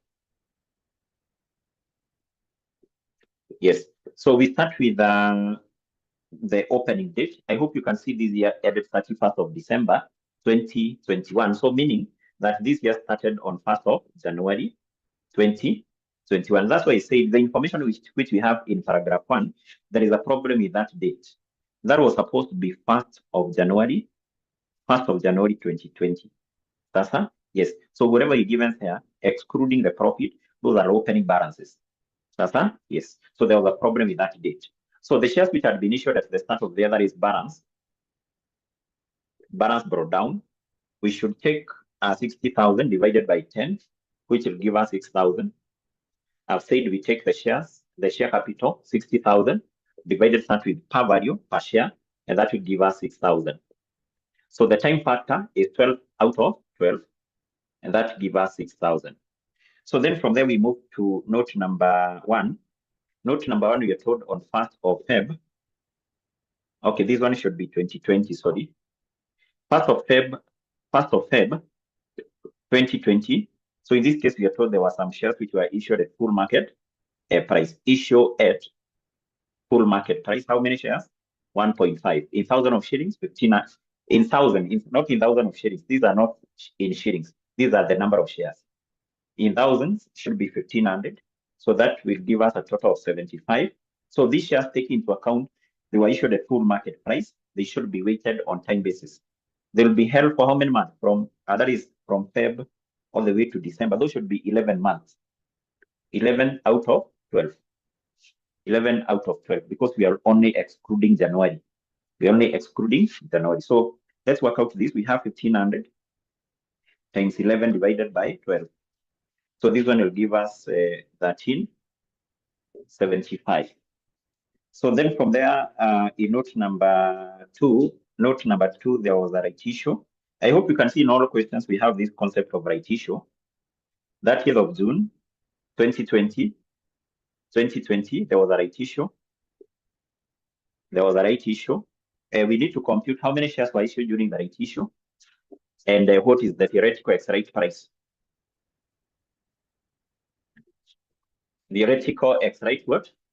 Theoretical X-right price. So we are told on 30th of June, the company made a right issue of 1 ordinary share of 4 shares which were held. This is 1 share for 4 shares which were held. So we know the shares which were held before are this one, 75. So we have 1 times 75, divided that with 4.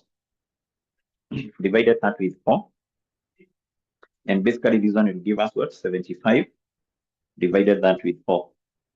This one will give us 1875 what? Shares. Then we compute the theoretical X-right. Theoretical X-right price. So the theoretical X-right price, we need to know this 1 share, which was to be issued during the right issue, was to be issued at a price of how much? What was the market price before the right issue? In the last sentence of note 2, the exercise price was 36. So each share here was to be issued at 36. And then you're told the market price before the right issue was 48. So the theoretical X-right price in this case, we can use now a shortcut. Before the right issue, if you held 4 shares, and each share had a market price of 48, then during the right issue, you are to be issued with 1 share at a price of 36. So we get the total here 5. And then we take this times that, 36. And then 48 times 4, which will give us 192. 192 plus 36, 228. Theoretical X-right price, therefore, is 228 divided by 5. That one will give us 45 point what? 45.6. 45.6. That is the theoretical X-right price. Sasa? Yes. Now, the shares which were issued here, they were 1875. 1875. First of all, we add this. So this will give us 75.38. And then these shares, we need to split them into 2 components. Issue at full market price, which is equal to the shares which were issued during the right issue, 1875, times the exercise price, 36, We divide that with the theoretical exercise price, 45.6.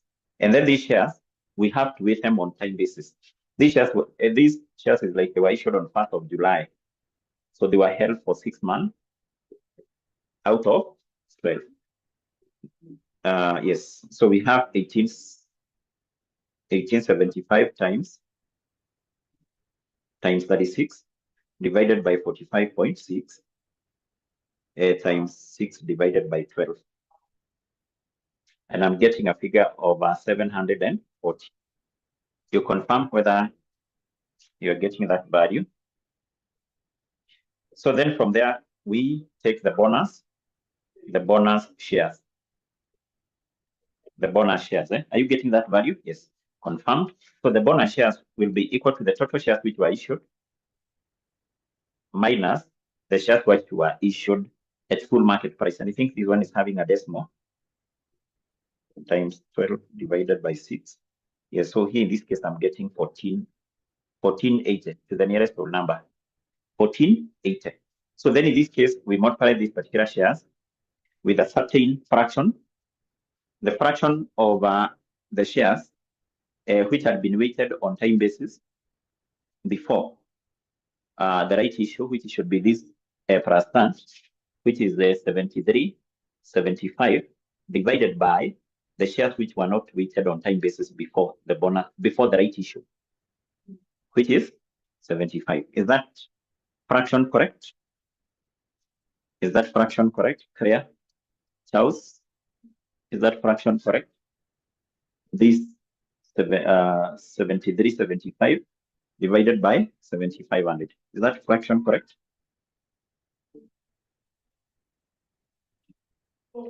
Is that fraction correct? Is that fraction correct? Please confirm, please confirm, please confirm.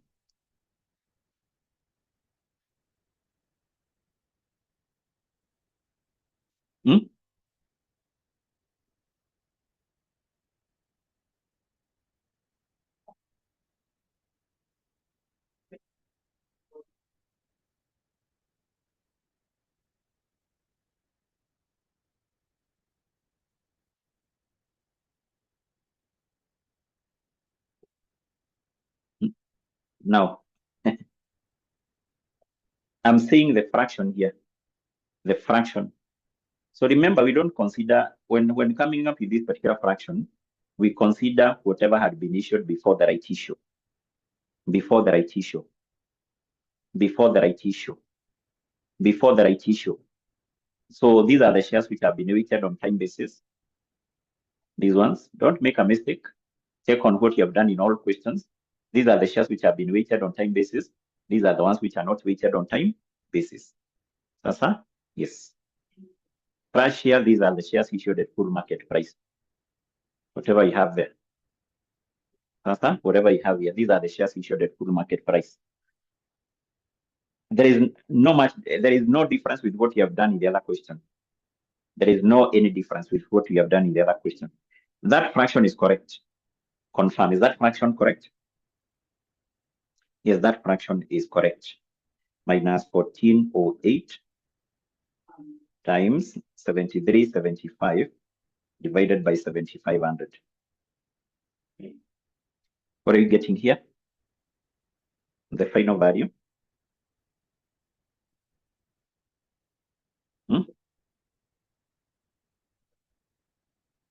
388. Is that what you're getting? 388. 388. Yes, 388. Okay, sawa. Okay, sawa, sawa. So then from there, I think we are done with that. Let's move to point number 3. In point number 3, we are told the convertible own stock were issued in 2018. In 2018, remember in year 2020, they were issued in 2018. And then you're told 10 convertible own stock are convertible into 1 ordinary share. Okay. And then you're told note number 4 that on 1st of October 2020, the employees of the company were granted a share option to purchase 1 million ordinary shares at shillings 30 each. The average market price was 48. As at the end of the year, none of the employees had exercised the stock option. Now, this means that these stock options will be exercised in the future. These ones, therefore, is the potential ordinary share. And I think we are done here. We don't have any other transaction for the issue of shares. Any other transaction for the issue of shares? I can't see any. So we just need to get the total here. So we have 73.75 plus 740 plus 388. I'm getting 85.03. 85.03. 85.03. Confirm whether you're getting that value. Confirm whether you're getting that value. Yes. Then we compute the basic earnings per share. And we take, and I hope our values here are in thousands of shillings. So these values are in thousands of shillings. Okay. So the patos is 167,200 divided that with 8503. So this will give us what?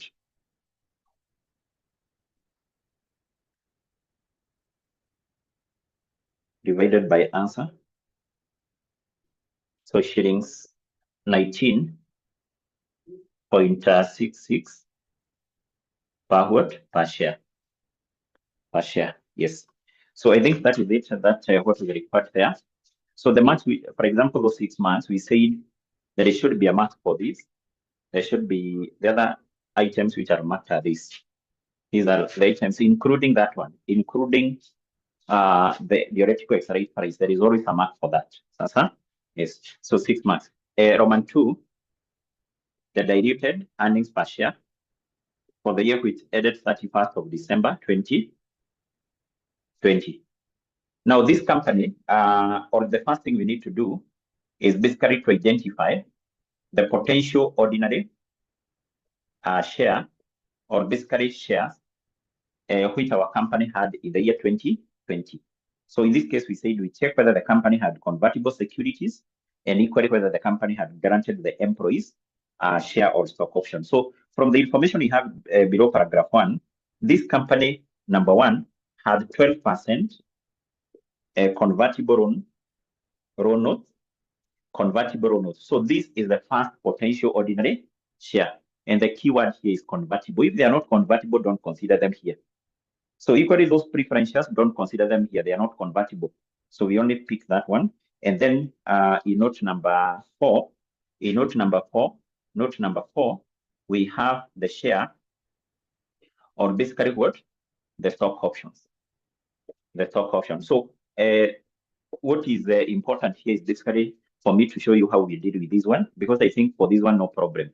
You just need to compute the increase in earnings, which is equal to the interest paid net of tax. Increase in number of shares, you use the conversion rate, but I think we can do that quite fast because there was none of them were converted into ordinary shares. So 12% convertible loan notes. So we start by computing the increase in earnings. This one will be equal to the interest which was paid. We multiply that with 1 minus tax rate. With 1 minus tax rate. So take into account there were no convertible loan stock which were converted into ordinary shares. The computation of the interest paid, this one is quite simple. We will take the coupon interest rate, which is this one, or the effective interest rate, 12% times the value for this convertible loan notes given below paragraph 1, and that is 50. That is 50. So that will give us the interest which was paid. We get that interest net of tax. 1 minus tax rate. Tax rate is in note number 5. So 1 minus 0.3, which is 0.7. So that is basically how we work out. We work out that. No problem with that. Then we compute the increase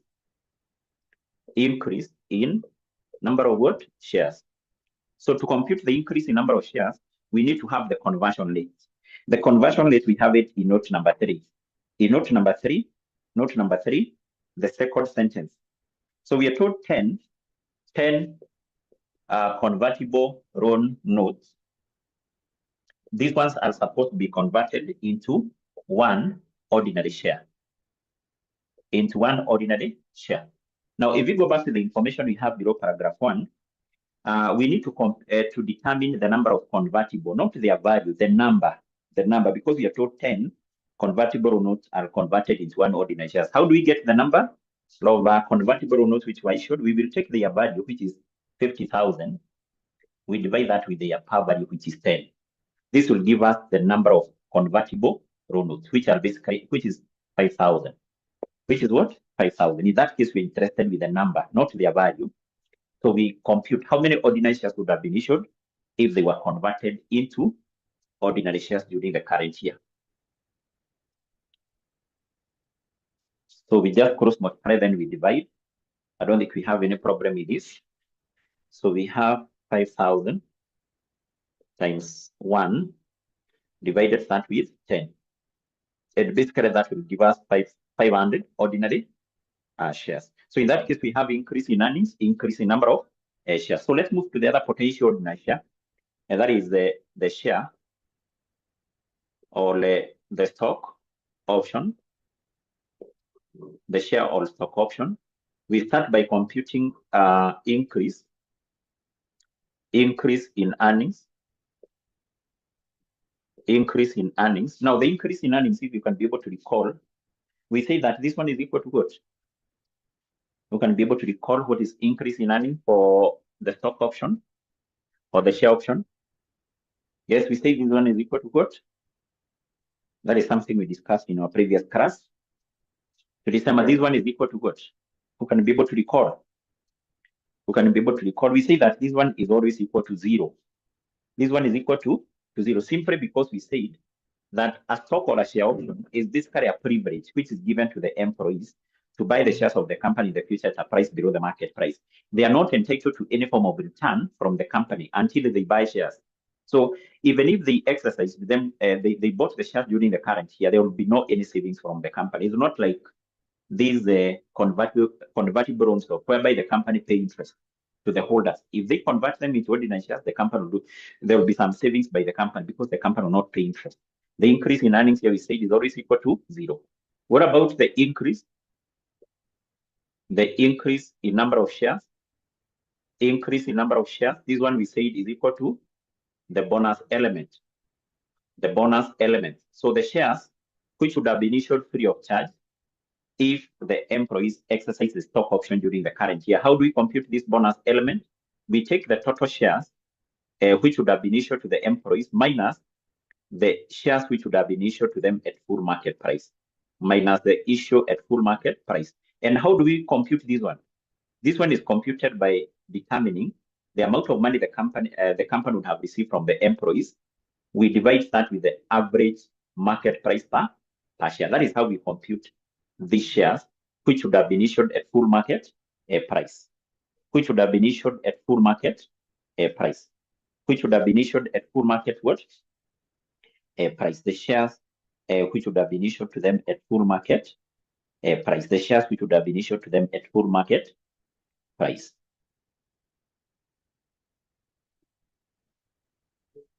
Which would have been issued to them to the employees at full market price.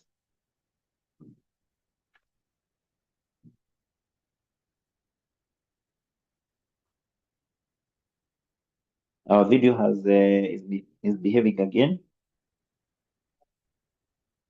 Our video is misbehaving again.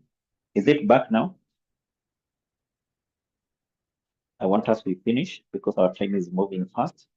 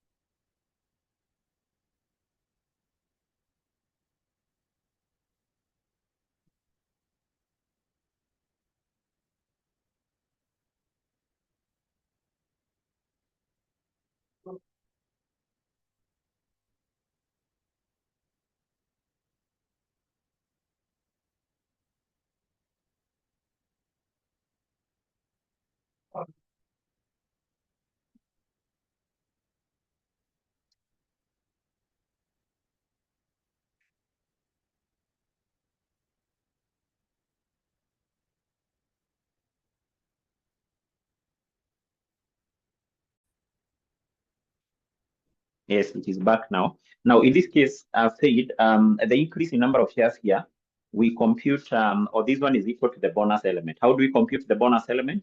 The total shares which would have been issued to the employees if they exercise the stock option during the current year minus the shares which would have been issued to them at full market price. Are we together? Yes. So we take how many shares would have been issued to the employees if they exercise the stock option during the current year. We are told on 1st of October 2020, the company granted the employees an option to buy 1 million ordinary shares. So meaning that if the employees exercise the stock option during the current year, then the shares which would have been issued to them would be 1 million. And then how many shares would have been issued to them at full market price? We compute the amount which the company would have received from the employees, which would be equal to the shares which would have been issued to them times the exercise price. The exercise price in that case is 30. The employees would have paid 30 shillings per share. Then divide that with the market price per share, which is 48. So this will give us the shares which would have been issued to them at full market price. Then you have to check when was this stock option, and basically whatever we get here, these are not the shares which were issued free of charge, but basically what you have computed here are the dilutive number of shares. Dilutive number of shares means these are the shares which reduces the earnings per share, because the shares issued at full market price, this one, we say they are not dilutive. So whatever you have computed here are the dilutive number of shares. Then if you check on the date, the stock option or the share option was granted to the employees, it is 1st of October 2020. This how many months to the end of the year? How many months to the end of the year? Remember, the year is ending December. Is that the position? Yes. So therefore, in case this stock option was granted to the employees during the current year, whatever you get here, this being the dilutive number of shares, you must weigh them on time basis. And don't say that these are bonus shares, because basically what we know is that bonus shares, we don't weigh them on time basis. Don't say these are bonus shares. These are dilutive number of shares. These are the shares which reduces what? The earnings per share. So if the stock option, the share option was granted to the employees, this dilutive number of shares you get here, you weigh them on time basis. You multiply that with 3 out of 12. But if the stock option had been granted to the employees from the start, or as at the start of the year, automatically you don't weigh that on time basis. You only weigh this on time basis if the stock option was granted to the employees in course of what? In course of the year. So that is basically what we get here. And we work out this. Modimo is having another class from 6. So this will give us what? 1,000 times 30 divided by 48. We less that from 1,000.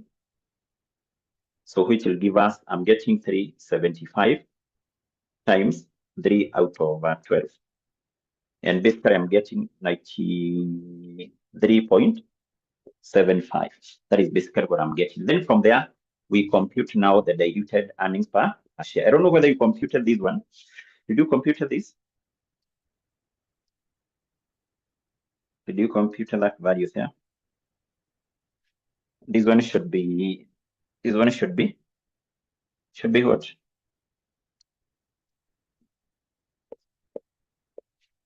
$42, 42. So the diluted earnings per share will basically be equal to the PATOS. To this, we add increase in earnings. Increase in earnings divided by 1/0 plus increase in number of shares. Increase in number of shares. So we already have the PATOS and 1/0. The PATOS and 1/0 is what you have used here. That is 167,200. The 1/0 is 8503. And then in this case, it is important for you to note we have 2 potential ordinary shares. So what you do, you add the increase in earnings for all of them. Even if you're having 3 potential ordinary shares, add the increase in earnings for all of them here. The increase in earnings for this is 42. The increase in earnings for stock option is 0. Make sure even if it is 0, write it here. There is a mark for that. There is a mark for that. Sasa? Yes. Don't say it is 0, you will not write it there. There is always a mark for that. And then to this, we add increase in earnings for both potential ordinary shares, 500, 500. And I hope that was 500. I hope that was 500. And then this one, 93 point what? 75. And then now you get the final value there. The final value there, which is what? The diluted earnings per share. The diluted earnings per share. So basically, that is it. That what is required as far as this question is concerned. And usually, I've said the marks here are allocated to this. So therefore, this is very important. Increase in earnings, increase in number of shares for each potential ordinary share. This is what will give you the marks there. Yes. So what is marked by the end of the day are those values there. Those values. Those values are the ones which earn you the 4 marks there. Sawa. Yes. So I'm told this one should be 1884. 1884, that is the value I'm given there. So I want us to stop at that particular point for now. So it basically means that once we meet in our next class, we move to another topic. So let's stop at that point for now. Have a good or a nice evening. So we continue from there next week on Tuesday. So have a nice evening.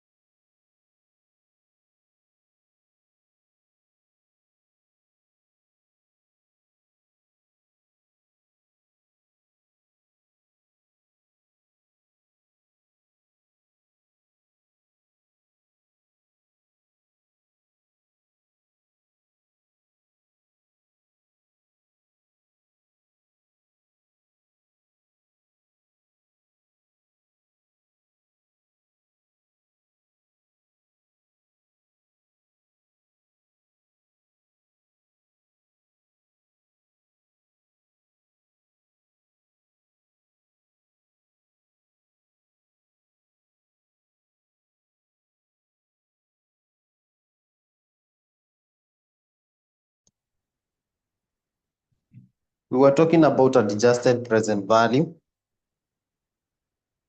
We were talking about adjusted present value. The concept of adjusted present value. And adjusted present value. And we said, under adjusted present value, this is whereby we compute the NPV of a given project, not using the weighted average cost of capital, but the cost of equity. So here we said we compute the base NPV using what? The cost of equity as the discount rate, as opposed to the NPV method, which uses the weighted average cost of capital. Then after computing the base NPV using the cost of equity, we make adjustments. That is, we adjust this basic NPV with what? Number one, present value of interest tax shield, with present value of interest tax shield. Next with present value of issuing costs, equity issuing costs. That is flotation cost in short. Flotation costs. Let's say flotation cost. Then we do present value of debt issuing costs, which is again also the flotation, or rather, yeah, the flotation cost of debt capital. That is, we adjust this NPV. So here we said, for the base NPV, that figure here, we add the present value of interest tax shield, but we deduct these two, present value of equity issuing costs and the present value of debt issuing costs. Then we said further, that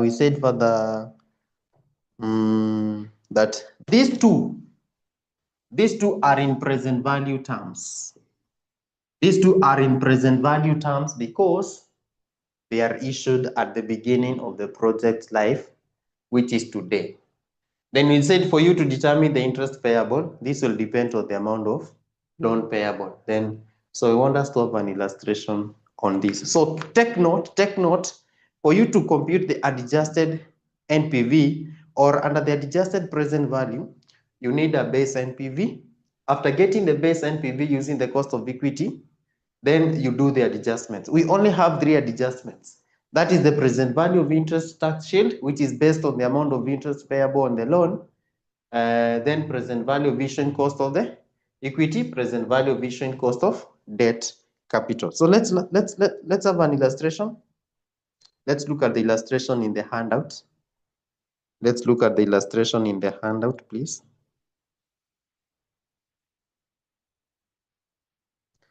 If you're there in the handout, kindly let me know. We're looking at the illustration just under adjusted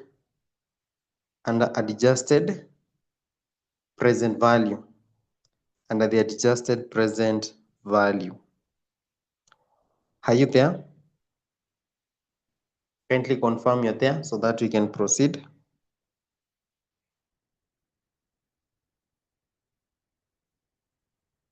Okay, fine. That it's the question on blades limited from the handout.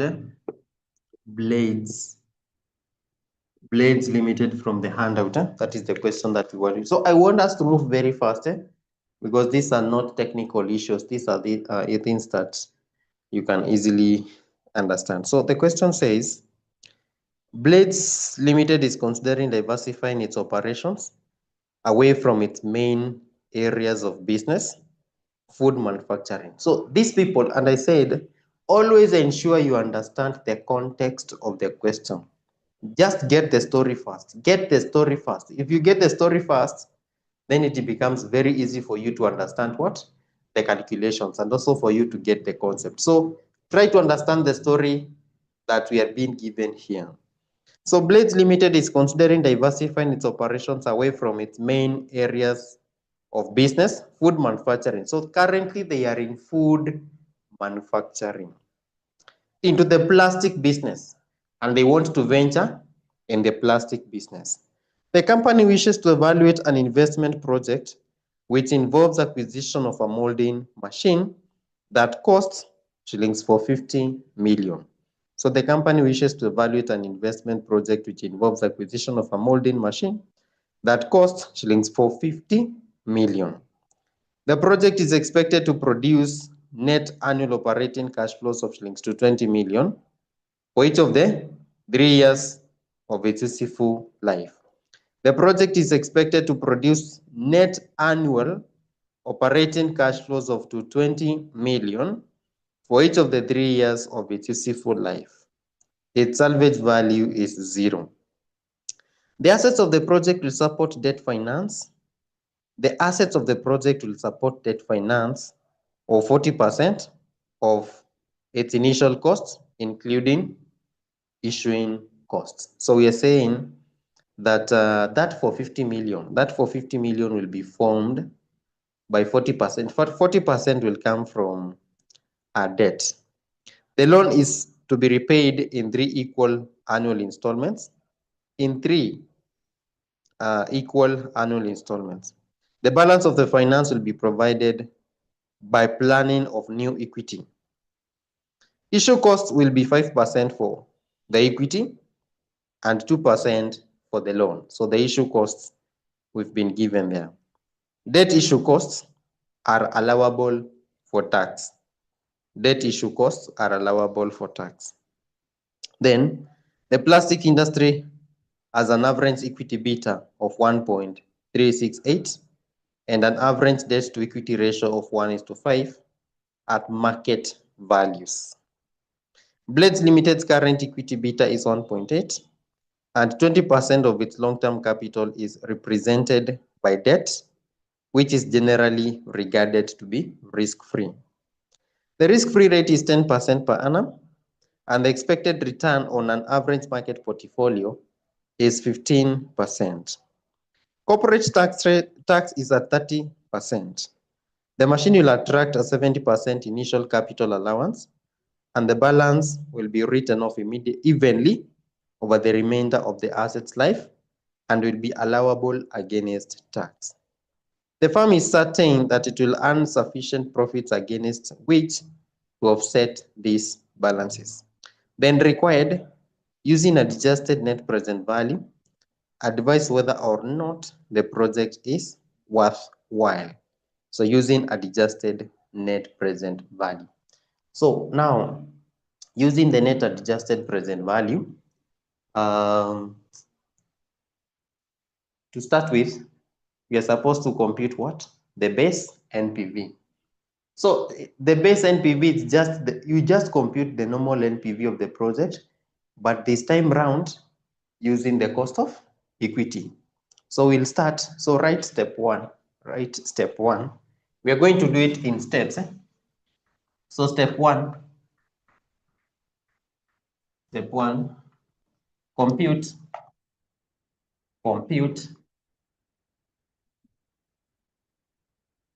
the cost of equity of the company.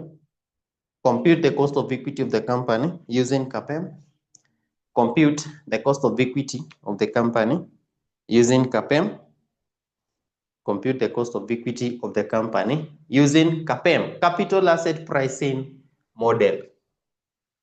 So here we start with the cost of equity. So step one, cost of equity. Cost of equity, Cost of equity. Now, if the cost of equity was given, we would not have computed. So we would just have gone to step number 2. So we are using this formula. We're using this formula to get the cost of equity. We're using this formula, the CAPM formula. So risk-free rate has been given. Risk-free rate is what?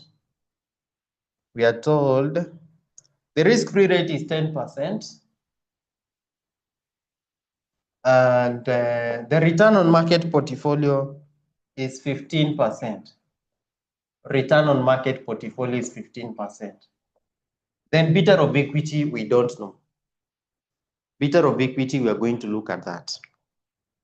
I want us to go back to the point where we are talking about betas. The paragraph where we are talking about the betas, that should be the last paragraph, where they're saying the plastics industry has an average equity beta of 1.368. 1.368. Remember, this company, Blades Limited, they are currently in the food manufacturing industry, but now they want to venture in the business, the plastic business, And now we want the cost of equity that will be relevant to evaluate a project in the plastics industry. So one thing that you're supposed to note is that the relevant beta is the beta that relates to the plastics industry, because that is the industry that we are venturing in. We said beta represents the market risk in a certain industry or sector. So here, for us to compute the cost of equity that is relevant to evaluate this particular project, we need to get the beta of equity that relates to the plastics industry. So the relevant beta here is 1.368. The plastics industry has an average equity beta of 1.368. So forget about the beta in the food processing, on the food manufacturing. And again, at an average debt to equity ratio of 1:5. Debt to equity ratio is 1:5 at market values. Now, the most important thing here to note is that the question tells us that Blades Limited, they want to finance using 40% equity and how much? 60% equity. Because if you go back there, up there, there is a statement that says, what? There is a statement which says, paragraph 2, the assets of the project will support debt finance of 40% of its initial cost. So we are going to have 40% as debt, 60% then will be equity. But note, if you look at the debt to equity ratio of plastics industry, in the plastics industry, debt to equity ratio in plastics industry is equals to 1:5. So this beta of equity in the plastics industry, say plastics industry. I want us to analyze this so that you can understand. Plastics industry is saying beta of equity in this company, and this beta is levered. This beta is levered. The levered beta in the plastics industry is 1.368. 1.368. Then debt to equity ratio is equals to 1:5. Is equals to 1:5. So this beta of 1.368 is geared using this ratio. So if we were to rewrite this, this would be what? 1:5. 1:5. If we write this into fractions, it will be debt will be 1/1 plus 5. Is it 1:5? Sorry. 1:5. So we are saying, 1:5. 1 plus 5. Then equity should be 5/1 plus 6. 1 plus 5. Exactly. So this is 1/6. So debt, okay, let's have it here. let's have it here. 5. Okay, just a minute. Let's just get this 1 over 6. So definitely this will be 5 over 6. So 5 over 6, yeah. So it's 5 over 1 plus 5, which is equals to 5 over 6. 5 over 6. Get this in decimal places. Get this in decimal points now. And you try to hurry up.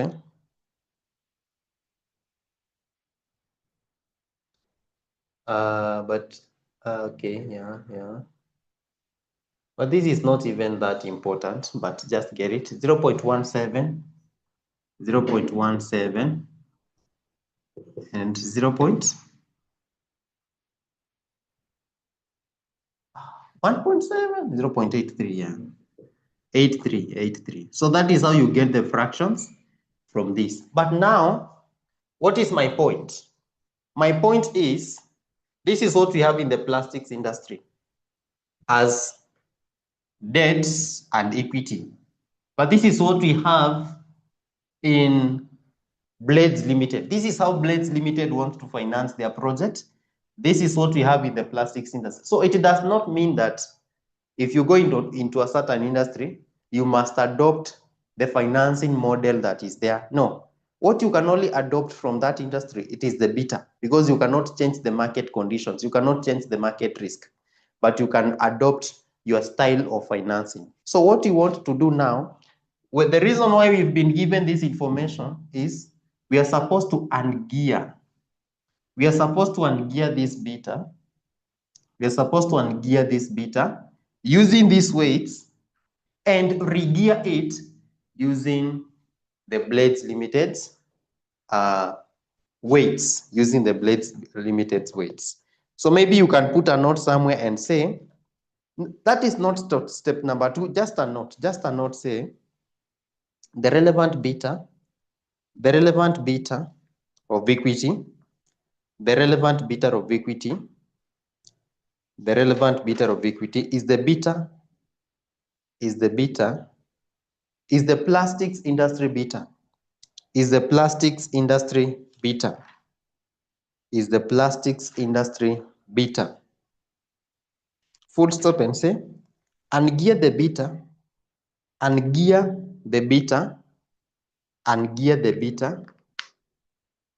using the debt equity ratio, ungear the beta using the debt equity ratio in plastics industry, ungear the beta using the debt to equity ratio in plastics industry,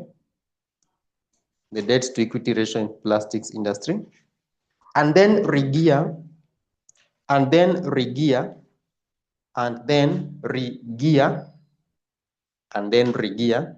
using Blades Limited, and then regear using Blades Limited capital structure. Blades Limited capital structure, or into brackets, financing model.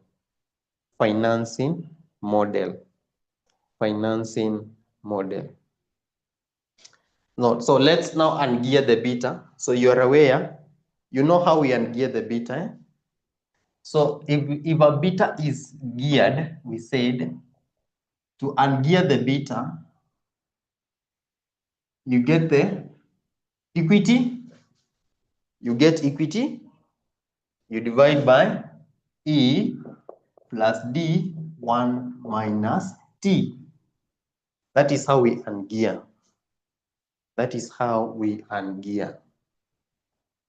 So this one, beta of the ungeared beta will be 1.368 times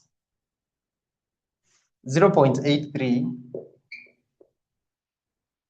over 0.83 plus, okay, we can still use 5. We can still use 5 and so on.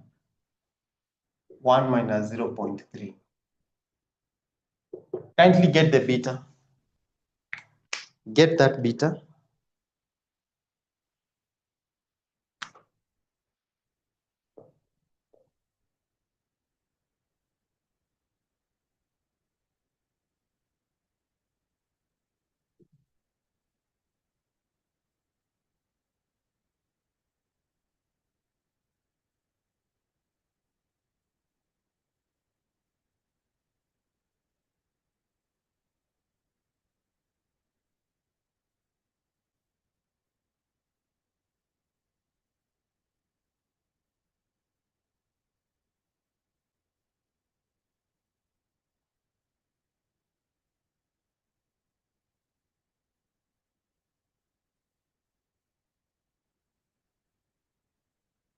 How much are you getting?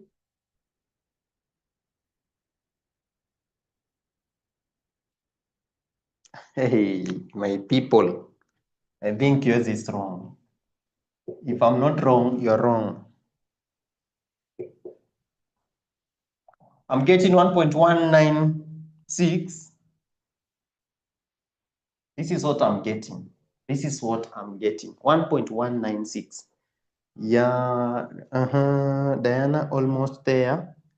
But okay, someone else. Hey, you people, why this? Why these differences? Because what are you doing? Just get 0.83, 0.83, you divide 0.83, you divide by into brackets 0.83 plus 0.17 times 0.3, close the brackets. So I think mine is okay. I don't know why I feel mine is okay. We proceed with mine, 1.965. Yeah, that is with some. Let's proceed. Or you can say, let's try this. 1.368 times 5 over 5 plus 1 minus 0.3. I think this one would be better for majority of us.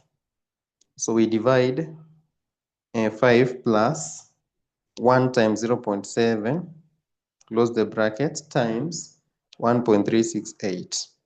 Here you'll get 1.2, which is almost the same as what we have here. Yeah.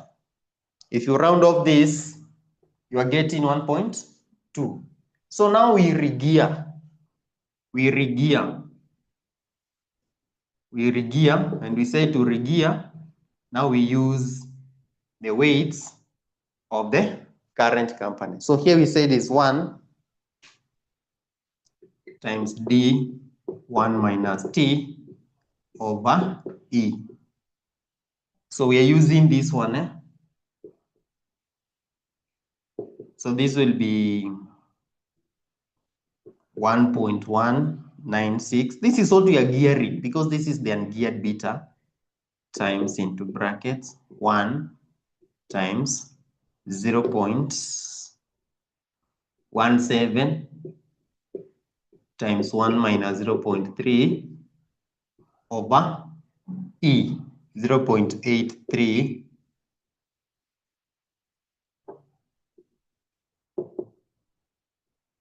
Or let's use 1.2. Let us use 1.2. Let us use 1.2 for consistency. You can either use 5 here, 1 and 5. Just use what you want to use. So this will be, this is plus, sorry, this is plus, is it? This must be plus. This is plus. So this is where people get wrong with these formulas. Instead of adding, maybe you're multiplying, something like that. So this is 0.17 times, or let me use 0.17 times 0.7. You divide by 0.83, you add 1, then you multiply by 1.2. I'm getting 1.37. 1.37. 1.37.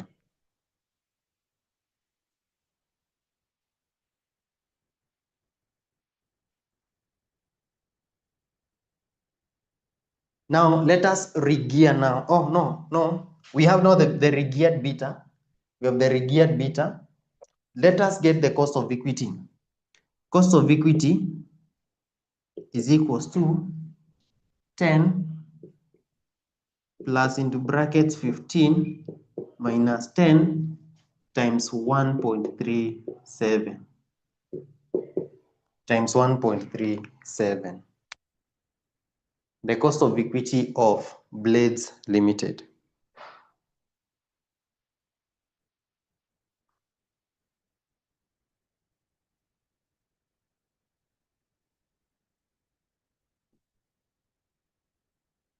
I'm getting 16.85.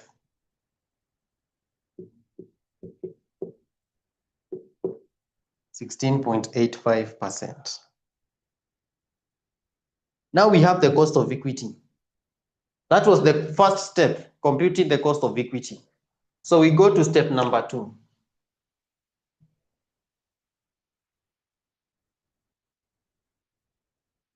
Step number 2 say compute the base NPV.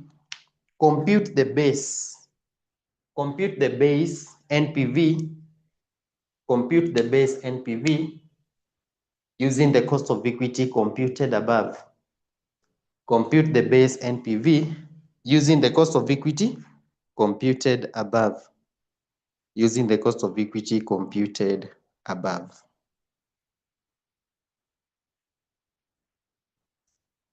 So let's get the cost of, let's compute the base NPV. I'm going to do away with this. Kindly, if you have not written, you can screenshot. If you have not written, you can screenshot.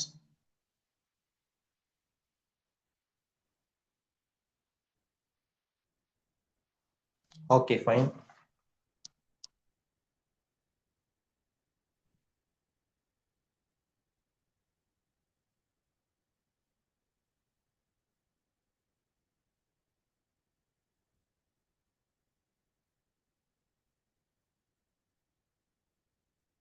So to compute the NPV, we are just computing normally. So we start with the year. The project has a useful life of 4 years. So here we have 0. Let's start with year 0, 1, 2, 3, and 4. So the initial cost is for 50 million.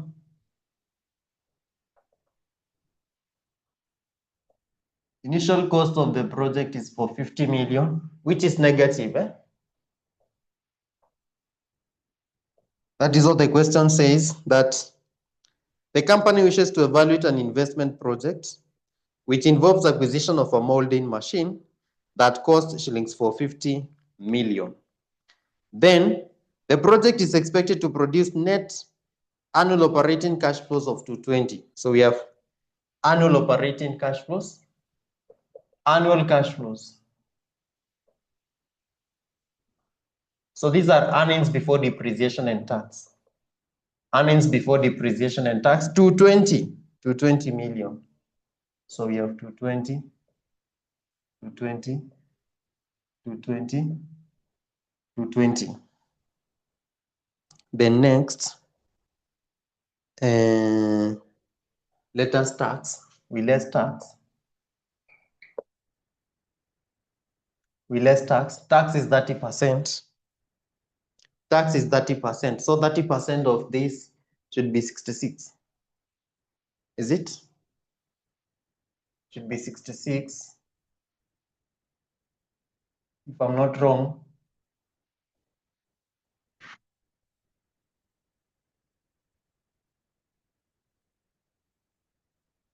$66. Next, we want depreciation tax shield. Depreciation tax shield. DTS. Let me write DTS. If you know you are going to forget, kindly write in full depreciation tax shield. depreciation tax shield. And the question says, let's go back to the question. The point where they are talking about depreciation, that should be in the last paragraph. The risk-free rate is 10% per annum, and the expected return on an average market portfolio is 15%. Corporate tax is at 30%. Corporate tax is at 30%. The machine will attract a 70% initial capital allowance, and the balance will be written off evenly over the remainder of the asset's life. So capital allowances is what we are calling depreciation. So here, say capital allowances stroke depreciation. Year one, now let's say depreciation tax shield. Depreciation tax shield for year one is equals to 70% times for 50 million times 30%. So remember, depreciation tax shield is equals to depreciation times the tax rate. So here they are claiming 70% of the cost of this asset as capital allowances in year one. So that's why we say 70% of 50 times 30%. So how much are you getting? How much are you getting as the depreciation tax shield? 94.5. 94.5. So this is a saving. It is the tax advantage that we are enjoying. So 94.5 here. Then the last one they're saying, the machine will attract a 70% initial capital allowance, and the balance will be written off evenly over the remainder of the asset's life. So the remainder, it's 10, 10, 10. So year two, it will be 10% times 450 times 30%. Year three, it will be 10% times 450 times 30%. And the last one, year four, it's the same, 10% times 450 times 30%. 13.5, 13.5, 13.5. So you add 13.5.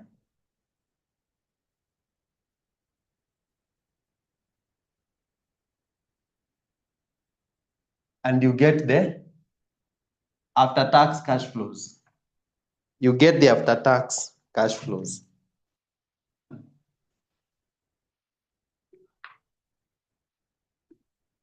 Where are we getting 10? Where are we getting 10? 100 minus 70 for year one, the balance is 30%. 30% you divide by 3, you will get 10, 10, 10, 10. Douglas, is that okay? 70%, yeah. 100 minus 70% for year one, the balance is 30%. You divide by 3 because they're saying it will be distributed evenly over the remaining useful life. Now let's get this. So net cash flows. This is 450 negative. Then the others.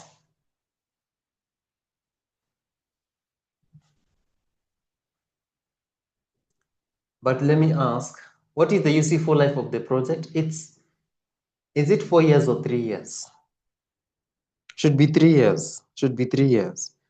The company wishes to evaluate an investment project which involves acquisition of a molding machine that costs 450 to 20 for each of the 3 years. Hey, it's 3 years. Sorry for that. It's 3 years. So, so this now will change to 15. This 10 that we are talking about here will change to 15. This one is now 15, not 10. It's 3 years, 15. Kindly make that adjustment. Make that adjustment. The useful life of the project is 3 years.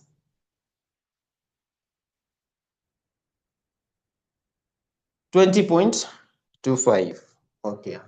20.25. The year one will not be affected. 20.5 or 25. So let's get the cash flows. We have 220 minus 66 minus 66 plus 94.5. This is 248.5. Should be not the same. 220 minus 66 plus 20.25. 174.25. 174.25. 174.25.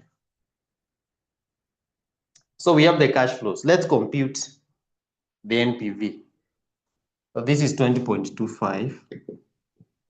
20.25. Is that okay?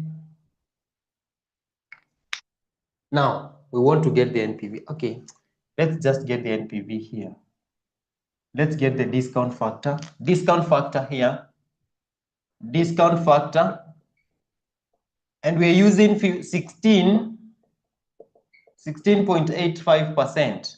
That is where now you apply this formula. Because 16.85 is not in the tables.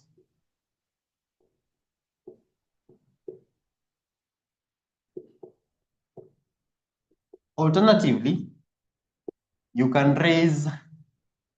round off to 17%, but the best thing is to do this. So get this. So for year one, you will say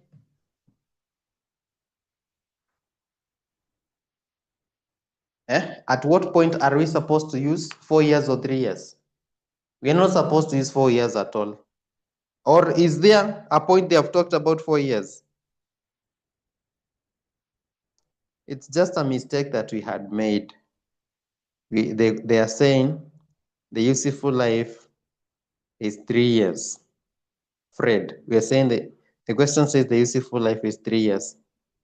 I don't think they have mentioned 4 somewhere, 4 years anywhere, unless I'm not getting your question right.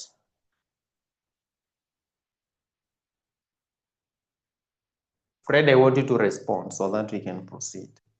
In the meantime, the others get these factors.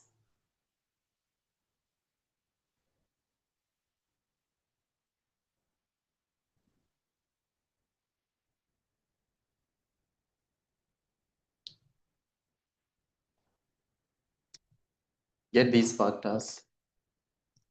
No, it cannot be 0. Oh, yeah. This formula is misleading. We should have, oh, this is not an annuity. This is a lump sum. This is a lump sum. It's 1 plus R power negative N. 1 plus 0.1685 power negative 1. Then you get the rest. So yours, Douglas, could be correct. 0.8558.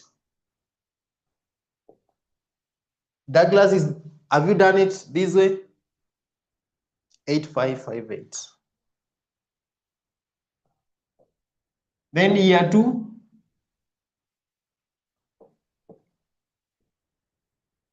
Year 2. 7324. So kindly make that change. The first formula was for annuities. 6268. 6268. So get these figures. Let me also calculate. So 248.5 times 0.8558, 212. This is 212.67.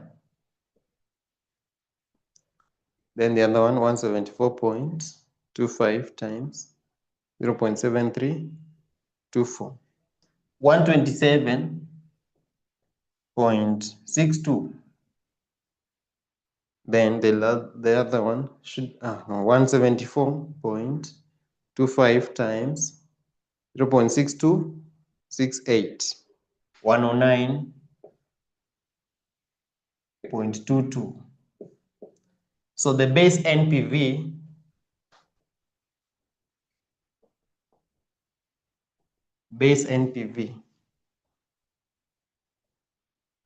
should be negative 450 plus 212.67 plus 127.62 plus 109.22.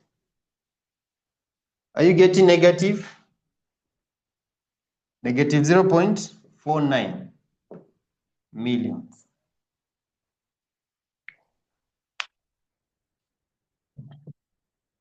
So that is the base NPV. Now we are not done. We are not done. We are supposed now to get the adjustments. We are supposed to adjust this figure. We are supposed to adjust this figure with present value of interest tax shield and the present value of issuing costs. So let's go back to the question. We want to know the amount borrowed. Step number 3 now. Step number three say prepare a loan amortization schedule. Prepare a loan amortization schedule. Prepare a loan amortization schedule to ascertain the amount of interest payable.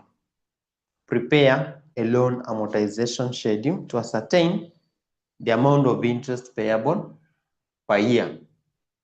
The amount of interest payable per year. The amount of interest payable per year. Now, I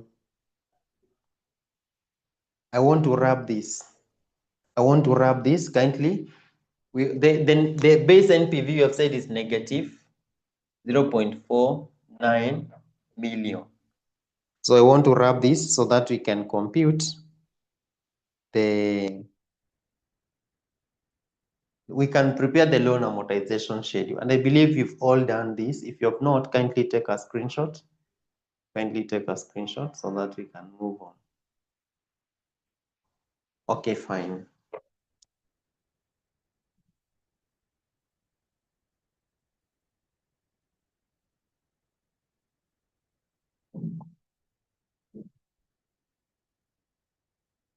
So why are we preparing the loan amortization schedule? Because we want to know the amount of interest payable per annum. So here it's loan amortization schedule. Loan amortization.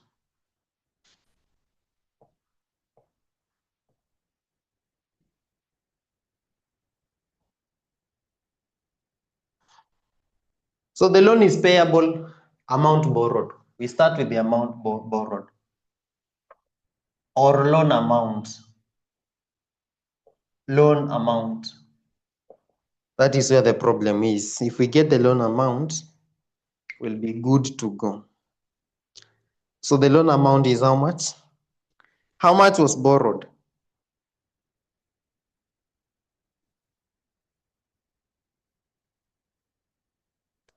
Let's go back to the question. The question says, paragraph 2.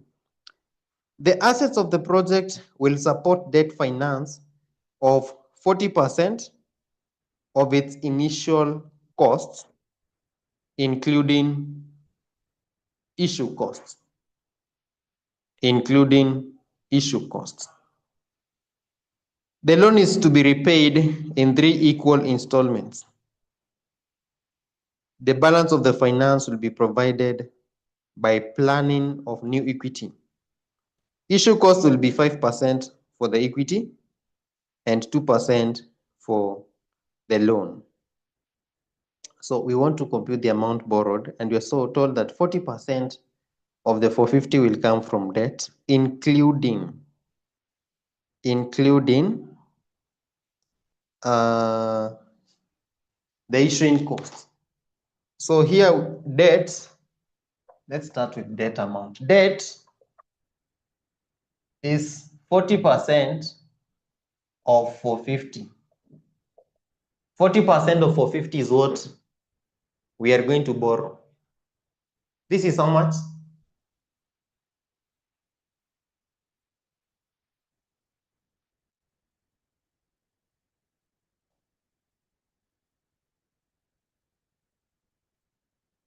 $180. Equity, 60% times 450. That will be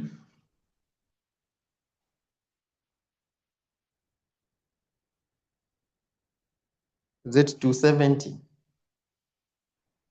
Around 270. These are millions.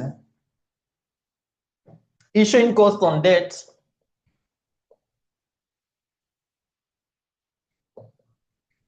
issuing cost on debt, issuing cost on debt, we are told 2%. 2% times 180. Issuing cost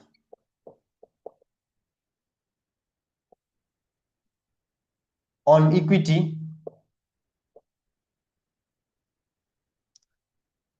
5%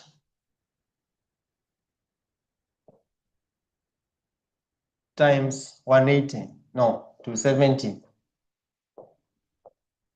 So 2% of 180 must be 3.6.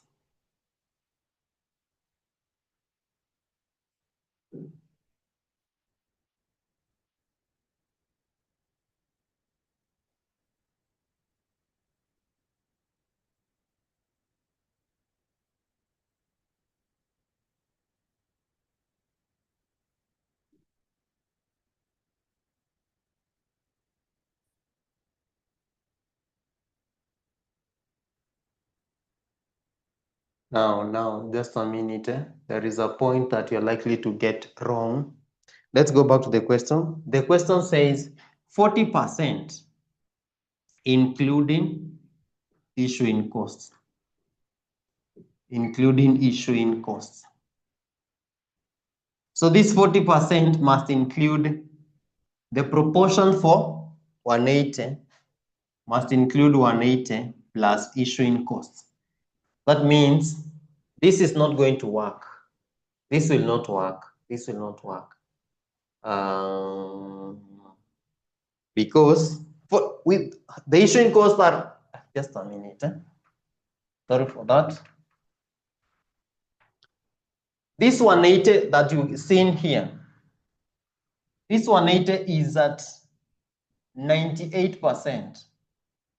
180 million is at 98% because 2% is the issuing cost. Debt, that is for debt. So here, let's say debt issuing cost. This question can debt issuing cost is, we are saying 180 million is 98%. How about 2%? How about 2%? Because these two should give us 40%. So this will be 180 million times 2 over 98 over 98. Then equity issuing costs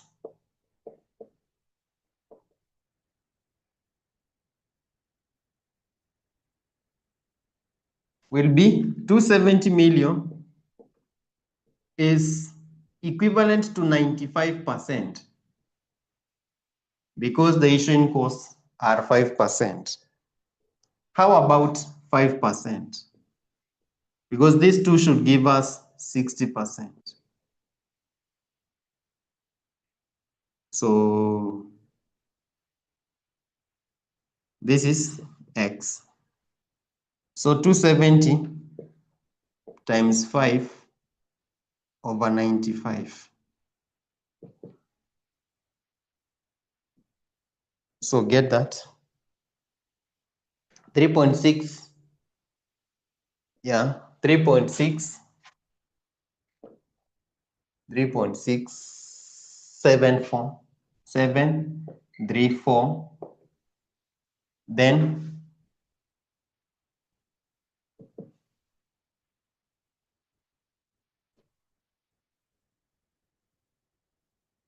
3. The other one 14.21.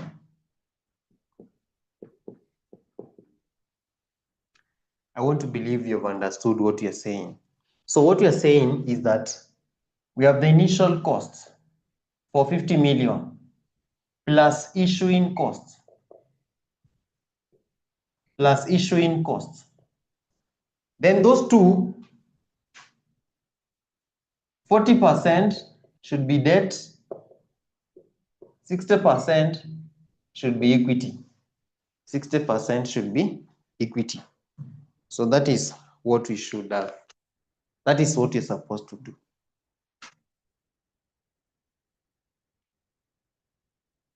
So amount borrowed now, it is this 180 plus the issuing costs. So amount borrowed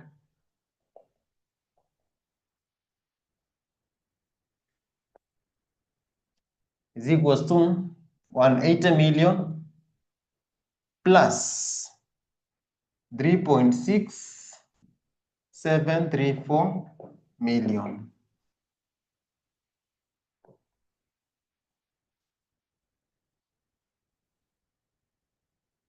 So that should be 183.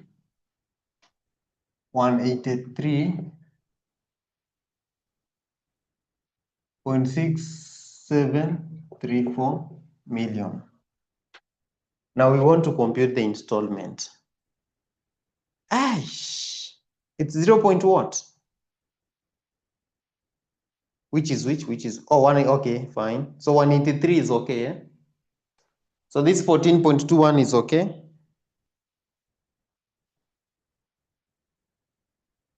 Okay, fine. Let's continue. So we're saying the total amount borrowed is 183. That is the loan amount. The loan amount. We want to get the installment. Installment, we say present value of annuity is equals to the annuity times present value interest factor R% power n. The present value of annuity is the loan amount. This is the loan amount. This is the installment. And this is the annuity factor from tables. So here we will say 183.6734. Remember, we want to get the installment is equals to installment times present value interest factor annuity debt. They are borrowing at what cost? At the risk-free rate. That should be 10%. That should be 10%. 10% power 3. Because they are paying in 3 equal installments. They are paying in 3 equal installments. So you divide both sides by present value interest factor, 10% power 3, present value interest factor, 10% at period 3. So installment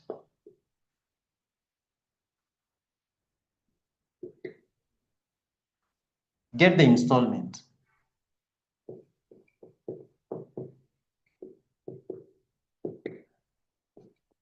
Because we are supposed to divide, what is the factor? 10% for annuities at period 3. 10% for annuities at period 3 should be 10%, 2.4869. This one, 2.4869. 2.4869. No. We are saying period what? 1, 2, 3. Yeah, that's okay. That's okay. 2.4869. That is what we are dividing here by. So we divide 183.6734 divide by 2.4869. Are you getting 73? 73 point. The installment is 73.85. So how many decimal? Let's have 4. 8564. 8564. That is the installment amount. 8578. I'm getting 8564. Another person? Now, loan amortization schedule.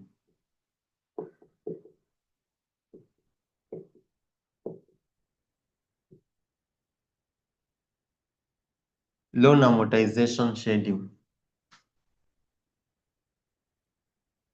We have here 1, 2, 3. Balance brought forward. It's the amount borrowed, 183.6734. Here we will charge interest at 10%. Then here we will have our installment.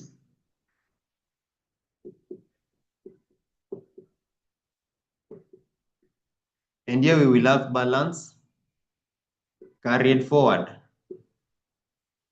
So let's charge interest. Let's charge interest at 10%. So 10% of 183.6734, it's 18.3673. So 73.8564. 73.8564. 73.8564. So let give them, okay, I don't know where. This is A, this is B, this is C. So this is A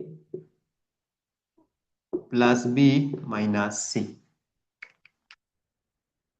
So let's have that. 183.6734 plus 18.3673 minus 73.8564. 8564. That is 128.1843. 1843. That is what we bring forward here. 128.1843. Charge interest at 10%.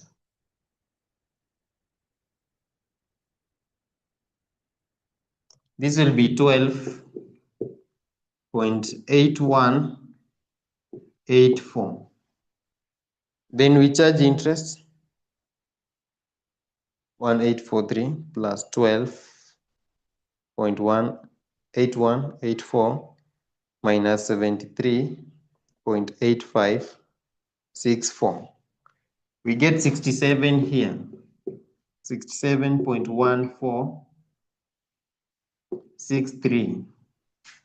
So here 67.1463. You charge interest at 10%. This will be 6.7146. Here we are supposed to get 0. Unless you are wrong somewhere. 67.1463. It's 73 minus 73.8564. Yeah, 0, eh? So we are right. Now, this is all what we wanted. You can imagine. This is all what we wanted from that calculation. Because this is what will give us the tax shield. That is what will give us the tax shield. So let's compute the tax shield here. Present, hey, we also need the present value of interest tax shield. Hey, this question. So we get the tax shield, then we do what? So just allow me to wrap this part. Allow me to wrap this part kindly. Are you done with this part? You can take a screenshot if you're not. You can take a screenshot if you're not done with that part. Okay, fine. What do we want? We want to compute the present value of interest tax shield. We want to compute the present value of interest tax shield.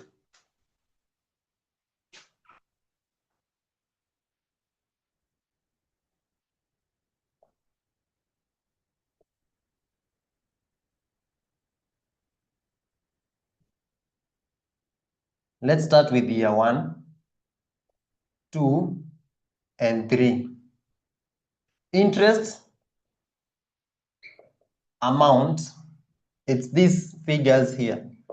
18.3673, 12.8184, 6.7146.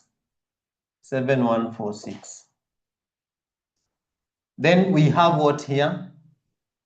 Tax rate is 30%. Tax shield, which is times 30%. Times 30%, we get the tax shield.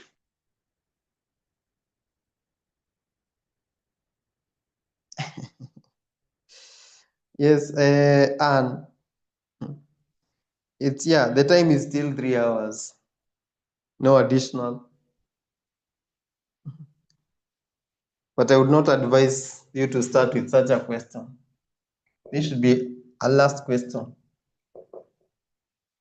0.5.510. Let's have the figures in 3 decimal. Oh, okay, let's be consistent. Let's have 4 decimal places. Let's be consistent. Let's have 4 decimal places. 12.84. 12.8184 times 0.3. This is 3.8455. Next, 6.7146 times 0.3, 2.0144. That is tax shield. Then present value interest factor. We want to get the present value now. Remember we said present value of interest tax shield. Present value of interest tax shield. We are discounting at 10%. here. This is 10%.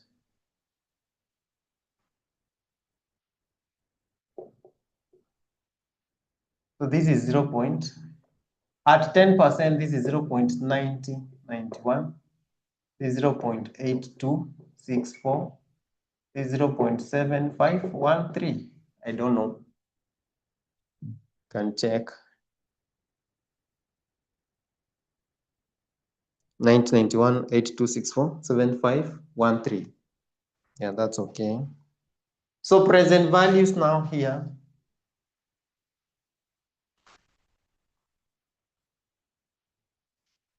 $5.5012 times 9091.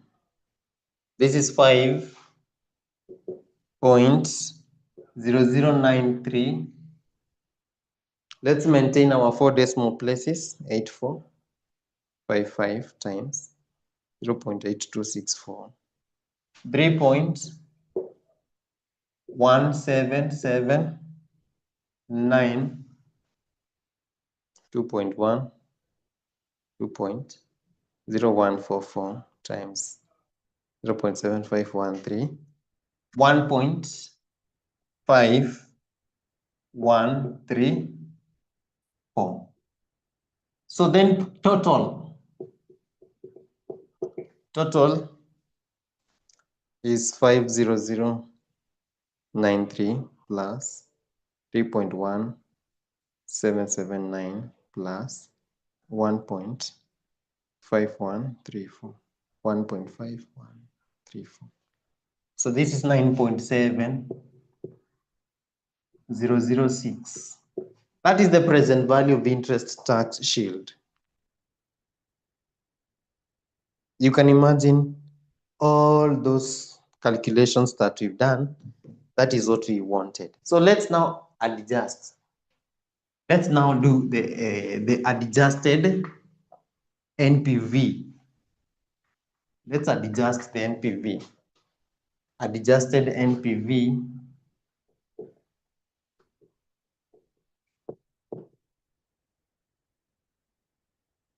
Adjusted NPV, we start with the base NPV. It's negative. So let's have it in brackets. 0.49. 0.49. Add present value of interest tax shield. Present value of interest tax shield.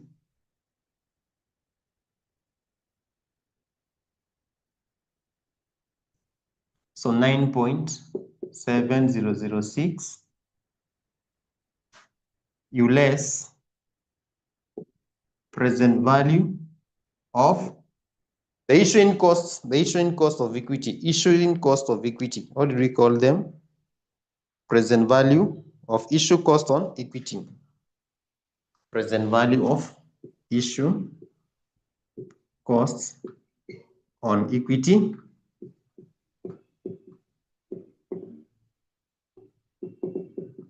This figure here, 14.21. We say this one is in present value terms. This one is in present value terms, so we do not need to make adjustments. So you just say 14.21. You are lessing. Then you less present value of issue costs on debt, which is what? 3.6734. Then you get the adjusted NPV.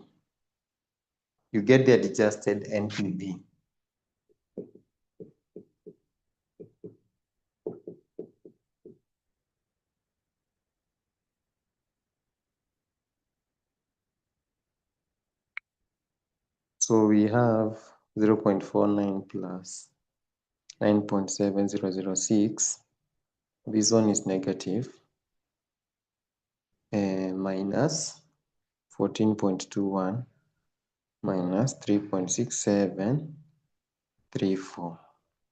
So I'm getting negative 8.6728.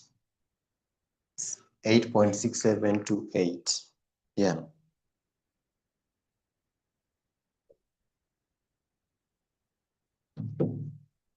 So this is what we call what now? Kusumbua watu. Because these are a lot of work. These are a lot of work. However, this part here, this was the challenging part. This one. This was the only challenging part, and I would not wish it's that question must have been 20 marks. That question must have been 20 marks if these guys are fair. But from where I have, there are no marks. Not less than 10. It cannot be less than 10. So this part, I would not wish the same to be repeated. They should just be straightforward. They say 40% is debt, equity 60%. The issuing costs are maybe 2% of this 180 and 5% of this 270. Just a straightforward thing. Then you continue. I just hope you followed. Or Mulinga is 10%. It's 10 marks. Are you sure? So I just wish you followed. You're followed. So we started by getting the cost of equity. And again, let me tell you, never leave these questions unattempted. You must attempt. You must attempt. Even if you're not going to complete the question, but attempt. Just write what you can remember. Just write what you can get that particular time. For example, we said the cost of equity.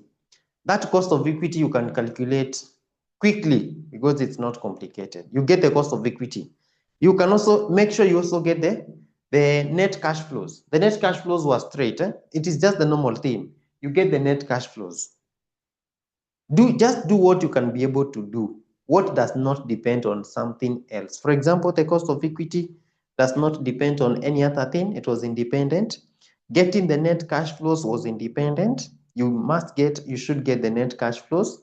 After the net cash flows, we computed the base NPV. Maybe the base NPV, you may get it wrong because maybe your cost of equity or maybe the cash flows one, but still calculate that. Then if you feel you're going to waste a lot of time getting the present value of interest tax shield, just come here. You skip, just come here. Just come here. You write adjusted without calculating the present value of the interest tax shield, because that will take a lot of your time. Just come here, say adjusted NPV. You say base NPV, this figure that you got, then you less add present value of interest tax shield. You just say add present value of interest tax shield. You have no figure, so it will be blank. Less present value of issue cost. These issue costs, these are direct. You'll compute them. They do not need any discounting or what we said. They are in present value terms. So you write them here and you leave it at that point. So in that case, you will have eliminated this bit that is likely to take a lot of your time. Are we together? However, if you are in a position to do all this, you can do. But that is how you gather marks in an exam, doing what you are able to do. So let's proceed. Any question? Any question before we proceed?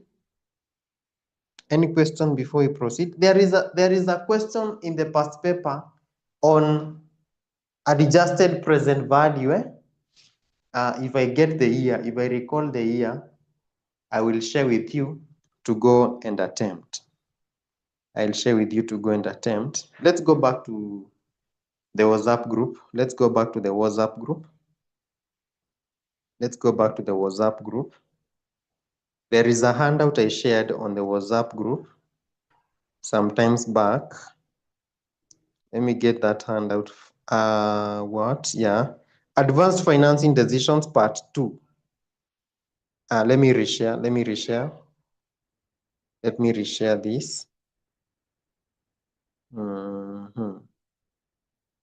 Let me reshare. I have reshared.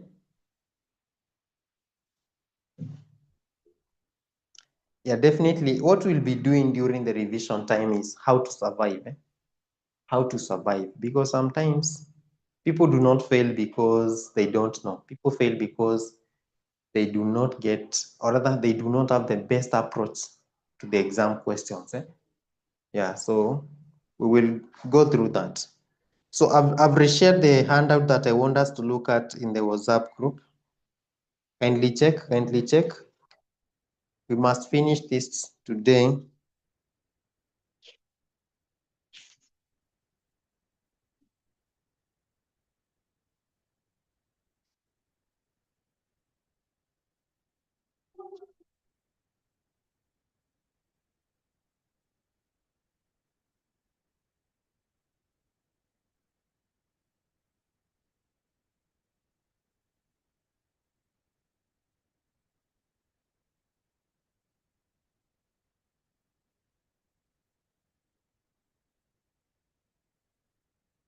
Okay, we can have a 5 minutes break.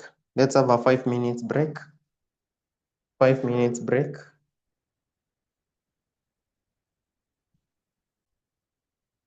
Let's proceed.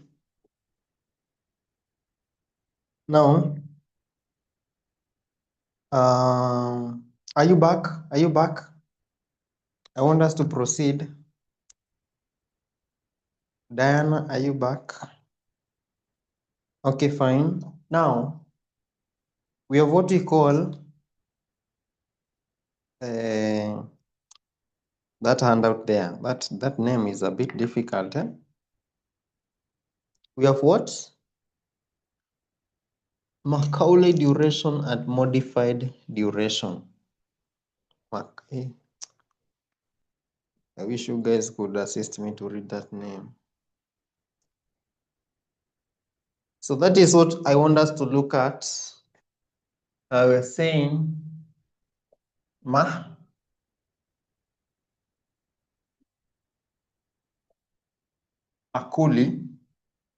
duration and modified duration. Modified duration. And then we are saying Macaulay duration.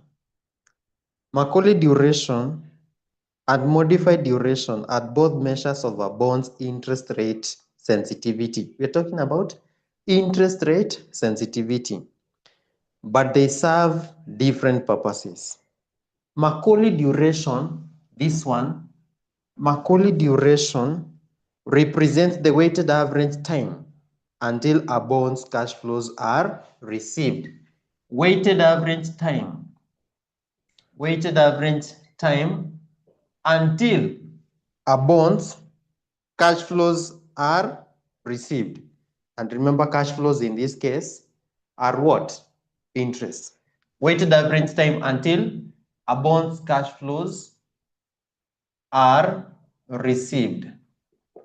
That is what we mean by Macaulay duration. The weighted average time until a bond's cash flows are received.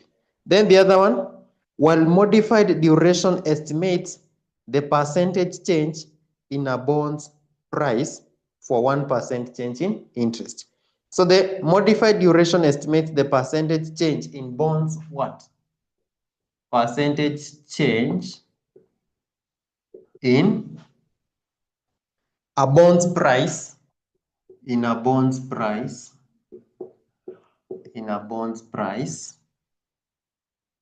1% change in interest, for a 1% change in interest. So remember, from financial management, you said that the price of a bond is equal to present value of interest. That means if there is a 1% change in interest rate, the value of a bond is expected to change. Because if we are saying the value of a bond, for instance, the value of a bond is equal to interest over a cost of debt, over cost of debt. This cost of debt here, it is like the interest rate. Or here, for us to get the interest rate, there is a certain percentage that we multiply with a figure here, for example, like. So when this changes by 1%, how is the market price of the bond affected? So let's okay, you will go and read the rest of that. Go and read those other notes there. Just wanted to mention something, then we do an illustration. Let's go to December 2023, question 3C. December 2023, question 3C. December 2023, question 3C. Once you're there, kindly let me know. And you need to be there because you have very few minutes.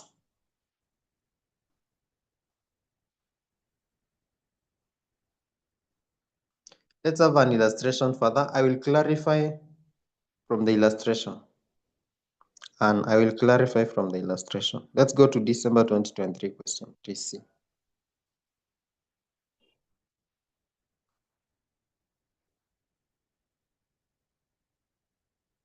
Remember, for the Macaulay duration, we have said it's the weighted average time before a bond's cash flows are received. So I will show the weighted average time.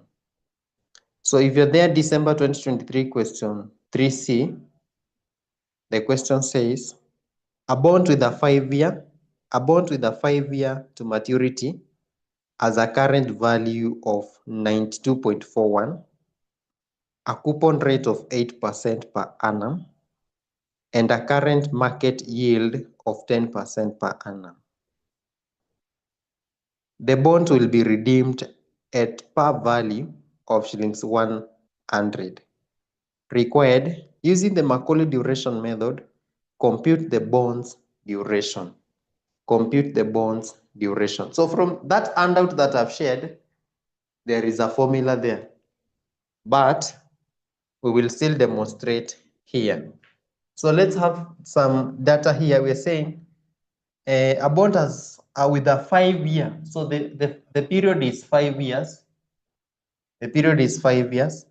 As a current value of, the current value is what we call B naught. So 92.41. Let's have shillings. 92.41. A coupon rate of 8%. So the coupon rate, remember, is the interest rate. And current market yield. Market yield is like the cost of debt.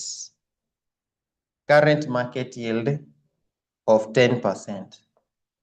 Cost of debt, 10%. Then we are told, using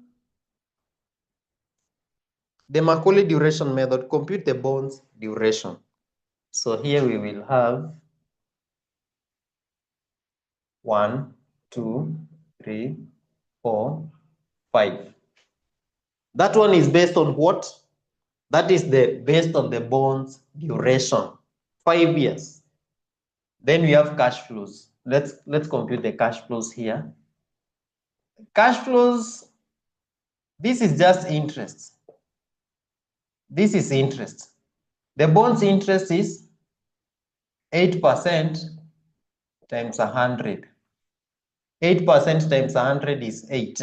Each year, the interest rate is, okay, we should have written par value somewhere. We should have written par value. Let's have the par value. Par value is equals to 100. So interest. And this interest is what we are calling cash flows. Cash flows. Because this is what the investor will receive from the bond. 8% times 100. We get 8. So here, You will say cash flows 8, 8, 8, 8, 8, and we will have another year 5. Another year 5 here, we will have 100. What is this 100? What is this 100? This 100 is the redemption value. It's the redemption value. Remember, we are being told that the bond will be redeemed. The bond will be redeemed at par value of shillings 100. Now, I want us to go back to the handout. I want to clarify something. What is the definition that you said Macaulay duration is? Macaulay duration, we have said, represents the weighted average time. Weighted average time until a bond's cash flows are received. Weighted average time until a bond's cash flows are received. That's why you can see we are getting the bonds cash flows. We want to get the present value of this. Let us get the present value of this. So we are discounting at cost of debt. This is our discount rate. This is our discount rate, cost of debt. So we are discounting at 10%. So present value interest factor, 10%, which I'm saying is the cost of debt, which is the cost of debt. Let me write properly. This is cost of debt. Then here we will get the present value of the cash flows. So this one we have said is 9091. This one we have said is 8264. This one we said is 7513. This one is 0.6830, which I'm not sure. So let's confirm. 10%, 6830 is correct. And 6209. 6209. Here we are using the same. For year 5, remember this is year 5, year 5. Year 5, year 5. That's why we are using the same factor. Alternatively, you can add these two. You say in year 5, this person will receive an interest of 8 plus the redemption amount of 100. So let's multiply, and here we are getting present value of cash flows. So this is present value of cash flows. Present value of cash flows. So from calculators, 8 times 9091, it's 7.2728, then 8264, 6.6112, then 8 times 7513, 0.0104, then times 6830, it's 5.464464, then times 6209, 4.9672, then 100 times 6209, it's 62.09.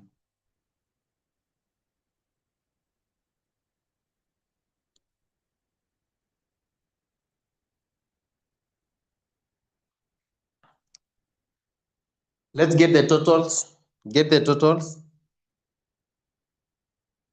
2728 plus 6.6, 112 plus 6.10, 0104 plus 5.464 plus 4.9672 plus 62.09.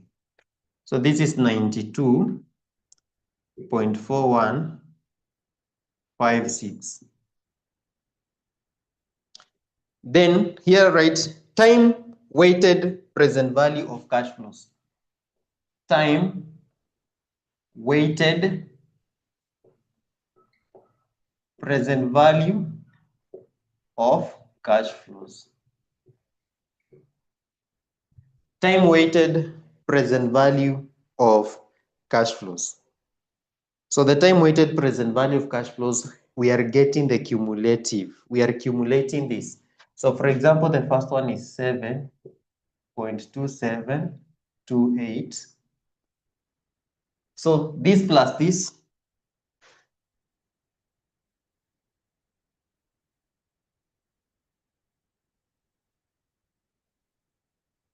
two seven two eight plus 6.6112, 13.884, 13.884. Another thing that you should be observing in an exam, it's about these decimal places. Always work with 2 decimal places, because they will reduce the time you're wasting on computations.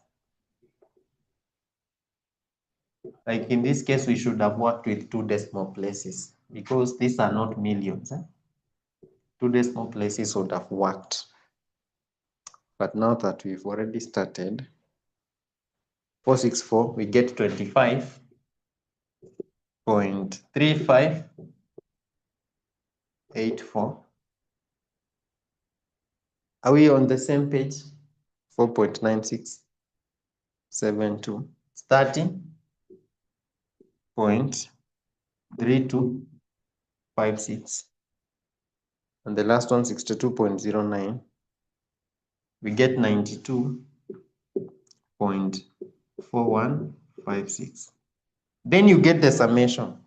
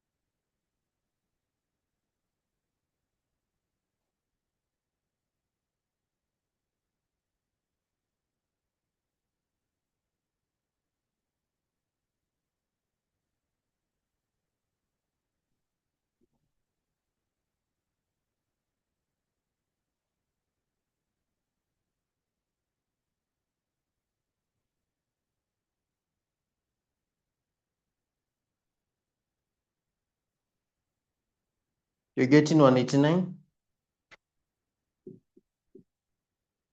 189.1508.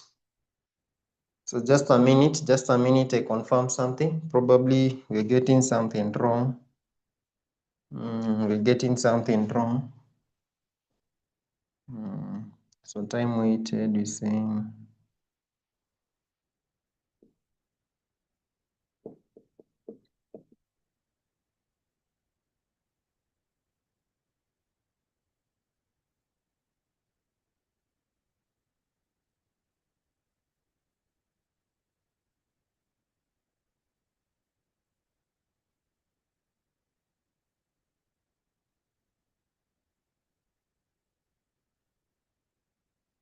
so we've gotten something wrong somewhere. The weighted 2. Sorry, we are not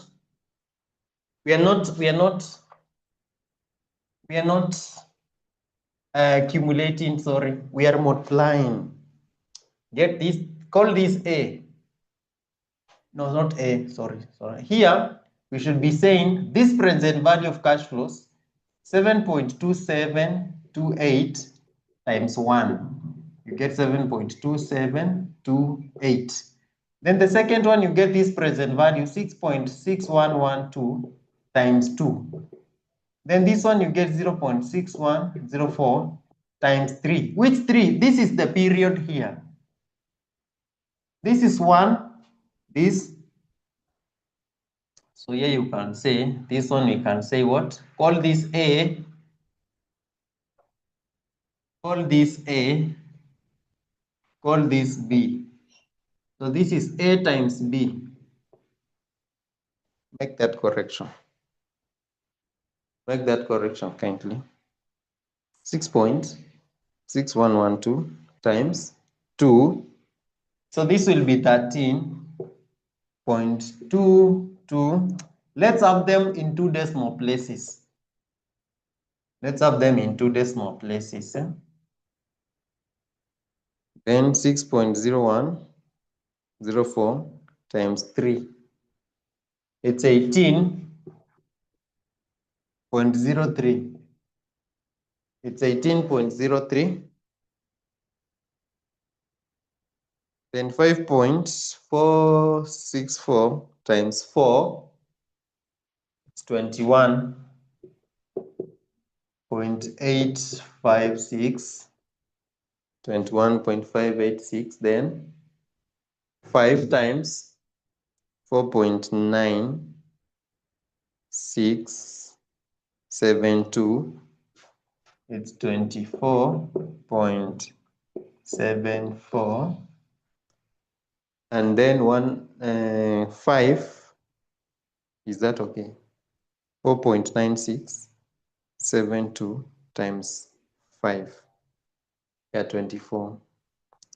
Then the other one is 5 times 62.09. We get 310.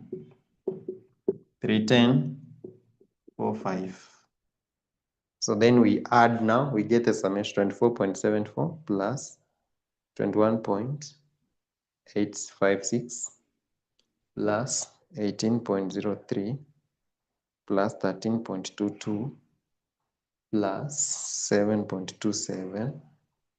We get 395.566. 395.566. Then now, Macaulay duration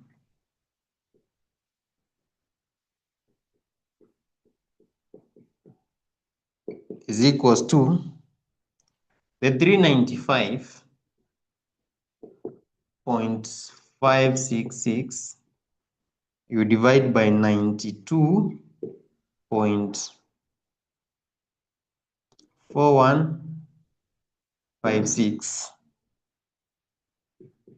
The weighted average time before the cash flows of a project are received. So 395.566 divided by 92.4156. So here you'll get 4.28 years. 4.28 years. 4.28 years. That is how the Macaulay duration is computed. So the first thing we did was to get the cash flows. And I've said for the last year, you should be very keen because it's the interest amount plus the redemption amount.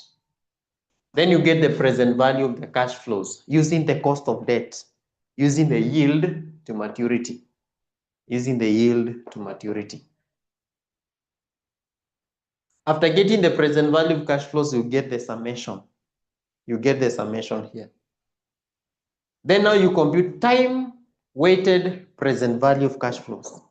Time-weighted present value of cash flows, we have said, you multiply the year times the present value of the cash flows. The period times present value of cash flows. You get this figure. Then you get the summation. Once you get the summation, you get the summation of time-weighted present value of cash flows. You divide by the summation of present value of cash flows like this. You get the Macaulay duration. So that is what we do. Now, go and attempt April 2023. April 2023, question 4B. Question 4B. And this will bring us to the end of that topic, which has been a long one. That is the advanced financing decisions. That will bring us to the end of the topic, advanced financing decisions. You can see how wide the topic is. This is a topic where you can get like 3 questions from this topic, broken down into sections. Yeah. So, and that is why I did not want to rush, because it's a major topic in advanced financial management. So one thing that we have not covered in this topic, the only thing that we've not covered in this topic is a rights issue. Rights issue. Rights issue. You remember rights issue? You did in FM. You did in FM rights issue. We will do a question on this during our revision. I will make sure I do one question on rights issue, but this is majorly what you did in FM, but we will have a question on rights issue. We don't need to waste a lot of time here, and this is something that we've already covered. So we'll just have a question on rights issue. Yeah. Yeah, you can have my number, Remoilinga. My number is, oh, okay.